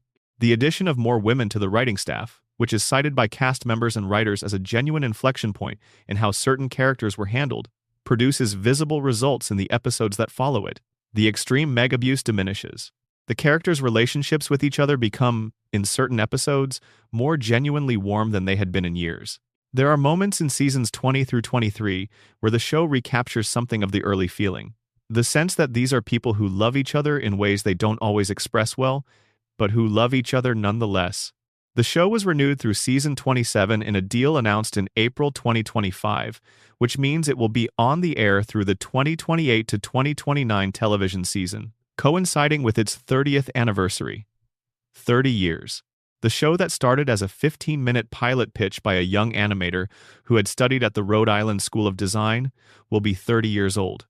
Peter will still be working at the brewery, probably. Brian will still have the laptop open. Stewie will still be 1 year old in his bedroom behind the dresser. And somewhere in those remaining seasons, there will be episodes that are extraordinary. There will be moments that remind you of exactly why you started watching. That's the nature of what this show is, even in its most inconsistent periods. Even in the seasons that critics have been harshest about, there is always the possibility of the next episode being the one that breaks through, the one that reaches for something real and grabs it. The possibility never runs out. That's the thing about family. Even the most difficult ones keep surprising you. Final section. One more night on Spooner Street. It is very late on Spooner Street. Or very early, depending on how you count these things. The Drunken Clam has been closed for hours. Peter came home from it and sat in his chair in front of the television for a while, watching something he'd seen before, laughing at the parts he remembered and at the parts he'd forgotten he remembered. Lois was already in bed. She heard him come in. She didn't say anything because there was nothing that needed to be said, just the familiar sound of him navigating the house in the dark, the specific sequence of sounds that has been the soundtrack to her nights for as long as she has lived here. The house is quiet in the way that houses get quiet when everyone who lives in them is finally still. In her room, Meg is somewhere between waking and sleep. She has been thinking. She does a lot of thinking in the late hours, in the quiet that her days don't always provide. She is thinking about things that matter to her and that don't get discussed at dinner, things that she has been waiting to become real for so long that she has almost stopped being able to tell whether she is waiting or whether she is just living. She is more resilient than anyone in the house gives her credit for. She has always been more resilient than that. Chris is asleep with a sketchbook open on his bed beside him. He fell asleep in the middle of something. The drawing is unfinished. He'll pick it up in the morning, if he remembers, and finish it. And it will be good. It is usually good. That part of him is reliable in ways that the rest of his life is not always reliable, and there is something in that reliability that he has learned to trust. In the nursery, in the crib, in the room that is also not entirely what it appears to be, Stewie is asleep. The lab is quiet. The machines are at rest. The plans are filed. He is 1 year old, and he has been 1 year old for a very long time. And the things he wants and the things he builds and the things he feels about the people around him are all real, even the ones that are theoretically impossible, and especially the ones that are. Brian is at the kitchen table. He has been at the kitchen table for a while. The glass in front of him is almost empty. The laptop screen is lit, the document is open, and there are more words in it than there were this morning. Not enough words yet, but more than there were. He is a man who keeps trying in the face of his own limitations, which is not nothing. It is, in fact, quite a lot. It is quiet on Spooner Street. It is quiet in Quahog. The fictional city sleeps in the way that fictional cities sleep fully, without reservation, the way that only things that don't actually have to worry about morning can sleep. You have been here for a long time tonight. You have gone deep into this strange world, and its stranger inhabitants, and the 25-plus years of stories that have accumulated around them. That's a lot of time to give to something. Thank you for giving it. Now let it go. Let Quahog recede back into whatever part of your mind it lives in, which is the same part where all the stories live, the ones that have become part of how you think even without you noticing it happening. Let the characters settle back into the furniture of your imagination, where they will be waiting for you whenever you need them next. The red door at 31 Spooner Street is closed. The lights are off. The house is quiet. Sleep well. You've earned it. Thank you for making it this far. If you are still awake, that's remarkable. If you fell asleep somewhere in the middle of all of this, that's exactly what was supposed to happen. Drop a comment below your location, the time you're watching, the moment that hit you hardest, the character you love most, the episode you think about when you think about Family Guy. Every comment means something. And please subscribe if you haven't. It's the most direct way to support what this channel is trying to do. It is free and it takes 1 second and it makes a difference. Thank you. See you next time. Sleep well. Deep Extended. Every major Peter storyline, the full picture. Let's go back to Peter one more time and really sit with him. because Peter Griffin deserves the full treatment. He has been on television for over 25 years. He has been the focal point of more storylines than any other character on the show. He has made more decisions, caused more disasters, learned and unlearned more lessons than any other animated character of his era. He is worth spending the time with, even if some of that time involves watching him do things that are genuinely difficult to justify. The early Peter seasons 1 through 3 is the version that the show's best episodes are built around. And the reason for this is not just nostalgia, it is craft. The early version of Peter Griffin is constructed around a central tension that is genuinely productive for comedy. He is a man whose impulses are large and whose wisdom is small, but whose affections are genuine, and whose desire to do the right thing, however poorly he understands what the right thing is real. When early Peter makes a mistake, he knows it was a mistake. He feels it. There is a scene in the pilot episode where he returns to Lois after everything has gone wrong and tells her he loves her, and the scene is played straight. He means it. The love is not the setup for a joke. It is the conclusion to an episode that has put that love under pressure and demonstrated that it survives. The comedy came before it. The love is the thing you are left with. This is the rhythm of early Family Guy at its best: comedy, consequence, love.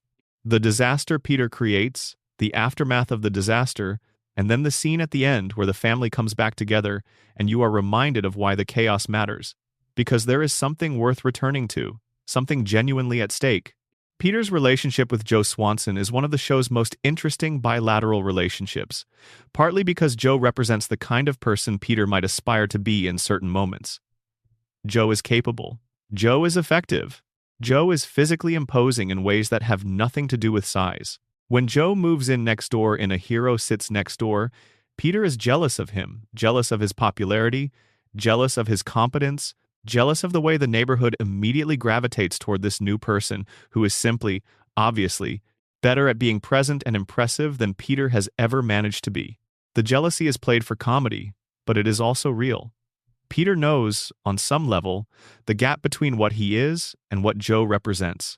And what he does with that knowledge, rather than resenting it into lasting antagonism or improving himself in response to the implicit challenge, is simply to eventually incorporate Joe into his circle of friendship, to claim the person he admired from outside as a companion on the inside, which is actually one of the more psychologically interesting things Peter Griffin ever does. His friendship with Cleveland is the gentlest of the core group's bilateral relationships.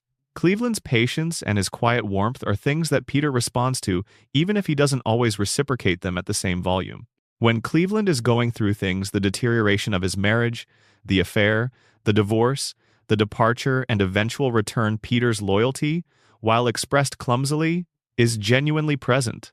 He doesn't handle it well, but he shows up, which is sometimes what loyalty actually looks like. The episode where Peter discovers he might be partially black in ancestry through the story of Nate Griffin is one of the more unusual Peter-centric episodes in the show's history, because it takes Peter's self-image seriously as a subject worth examining. His certainty about who he is and where he comes from is not something he usually has to reckon with, but the possibility of a different ancestry forces him to engage with questions he has never asked. The episode handles the history it touches on with more care than some critics gave it credit for, and Peter's journey through it reveals something about how he constructs his identity that other episodes don't have occasion to address. The brewery episodes, the ones that deal with Peter's actual job at the Pawtucket Patriot Brewery, are some of the show's most reliably funny material, partly because the workplace setting creates opportunities for a kind of comedy that the domestic setting doesn't. Peter at work is Peter interacting with institutions and hierarchies that he has no natural gift for navigating, in an environment that has rules he is consistently aware of, but consistently unable to follow. His relationship with his boss Angela, played by the late Carrie Fisher, in a performance that brought genuine warmth and sharpness to what could have been a generic authority figure role, is one of the show's more quietly lovely ongoing dynamics. Angela's death, Fisher died in 2016, and the show addressed the loss in season 16, was handled with the same genuine respect that Adam West's death received. The episode acknowledged that something real had been lost, that the show's world was smaller for the absence of this particular voice. Fisher's Angela was not a major character in terms of screen time, but she had accumulated significance over many episodes through the specific quality of the performance, and that significance was honored when the time came to address its end. Peter's physical comedy is one of his great gifts to the show, and it is worth appreciating as a distinct element of the series' craft. He moves through the world at a specific scale that is always slightly larger than the environment he is in, occupying space in ways that create physical comedy through pure proportion. He falls down stairs in ways that somehow always take longer than they should. He makes sounds when he is hurt that are extended past the point of normal sound. He crashes into things with a commitment that suggests the things have personally offended him. The extended gag of Peter hurting himself, whether it's the knee injury noise that goes on for 30 seconds, or the elaborate production of him falling off something tall, or the sequence of sounds he makes when something goes wrong that he did not expect to go wrong, is one of the show's most divisive recurring devices. Some viewers find it the funniest thing the show does. Others find it the clearest evidence of the show's willingness to fill time with things that stopped being jokes. Both reactions are responses to the same thing, the show's commitment to committing to something, even past the point where the logic of the joke would usually conclude. This commitment is, arguably, a form of respect for the audience's patience. When a show extends a joke that far, it is making a bet that the audience is willing to stay with the discomfort long enough for something to emerge from it. Sometimes that bet pays off and the extended gag produces a second kind of comedy, the comedy of pure duration, of having gone so far with something that you have arrived somewhere new. Sometimes the bet is simply a stall. The difference between those two outcomes is often invisible until you are already through the gag and looking back at it. Peter's relationship with popular culture is the source of some of his most characteristic moments. He treats films and television shows and music from the 1970s and 1980s with the reverence that other people reserve for things that actually deserve reverence, and his willingness to pursue any project or plan that is inspired by something he loved from that period is a consistent engine of both comedy and disaster. The show understands that nostalgia is not just a feeling but a force, that the things people loved when they were young have a kind of power over their adult behavior that is out of proportion to the actual content of those things, and Peter Griffin is the show's clearest expression of that understanding. He is, in the deepest sense, a man who has never entirely left the decade that formed him. The 1970s and 1980s are present in him, the way formative periods are always present in the people they formed, not as explicit memory, so much as implicit frame, as the lens through which everything subsequent is evaluated. When Peter does something that makes no sense to the people around him, there is almost always a reference to something from that period somewhere in the genealogy of the decision. It makes sense from inside his particular head, in the way that things that are shaped by formative experiences always make sense from inside the head of the person they formed. That specific interiority, the sense that we understand Peter's choices even when those choices are catastrophically wrong because we understand where they are coming from, is what makes him more than a buffoon. He is not just making mistakes, he is making the mistakes of a specific kind of person, a recognizable kind of person, and that recognition is what makes the mistakes funny rather than simply exhausting. He is the show's most complex achievement across all the seasons and all the directions. The Peter of Season 1 and the Peter of Season 23 are genuinely different people, and some of what was lost in the translation is irreplaceable. But the core of him, the man who loves his family badly and sincerely, who wants to be good at something without the knowledge of how to be good at the right things, who moves through the world at full volume with no capacity for quiet except in the moments when the show slows down and shows you what lives underneath all the noise, that core has never entirely disappeared. He is still there. He has always been there. Even in the episodes that are hardest to defend, Peter Griffin is in there somewhere. The original version, the one who loved Lois and meant it, the one who looked at his family and knew, in his particular slow and certain way, that this was the thing he was supposed to protect. He does not always protect it well. That is the tragedy and the comedy of him. That has always been the tragedy and the comedy of him. And that is why, 25 years later, with everything that has happened to this show and to this character, people are still watching, still returning, still coming back to the Red Door at 31 Spooner Street to see what Peter Griffin is going to do next, knowing it will probably be wrong, hoping it will be funny, believing somewhere underneath all the rational assessments of the show's quality and consistency that, whatever it is, it will be worth watching. It usually is. The best of it always has been, and the best of it is very good indeed. One last thing. The quiet power of returning to something you love. There is something particular about returning to a show you have seen before. Not watching it for the first time, that experience belongs to its own category, with its own textures and surprises and moments of genuine shock when the show does something you did not see coming. Returning is different. Returning is something quieter, something that asks less of you and gives you something different in return. When you return to Family Guy, when you put on a Season 3 episode late at night, or drift into a Season 5 rewatch on a weekend afternoon, or find yourself sitting with a later season episode that surprised you by being better than you remembered what you are doing, is visiting something that already lives inside you. The characters are already installed somewhere in the furniture of your imagination. You know their voices before they speak. You know the rhythms of the show, the beats it moves through, the places where jokes are going before they arrive. And what you discover, returning, is that this familiarity is not the enemy of enjoyment. It is a different kind of enjoyment. The pleasure of the first encounter is the pleasure of discovery. The pleasure of return is the pleasure of recognition, of sitting with something that already knows you back, of being in a place where nothing needs to be explained and everything can be felt. Family Guy has given a lot of people that feeling over a lot of years. The specific comfort of Peter's voice when the episode begins. The specific atmosphere of 31 Spooner Street in the establishing shot, the house on the corner, the sky above it, the world of this particular fiction settling itself around you before a single word has been spoken. The way the theme song, after all these years, still works as a reset, a signal that you are going somewhere specific and that once you are there, you can let the things you were carrying before you arrived rest for a while. That is not a small thing. That is actually one of the most valuable things any long-running piece of fiction can offer.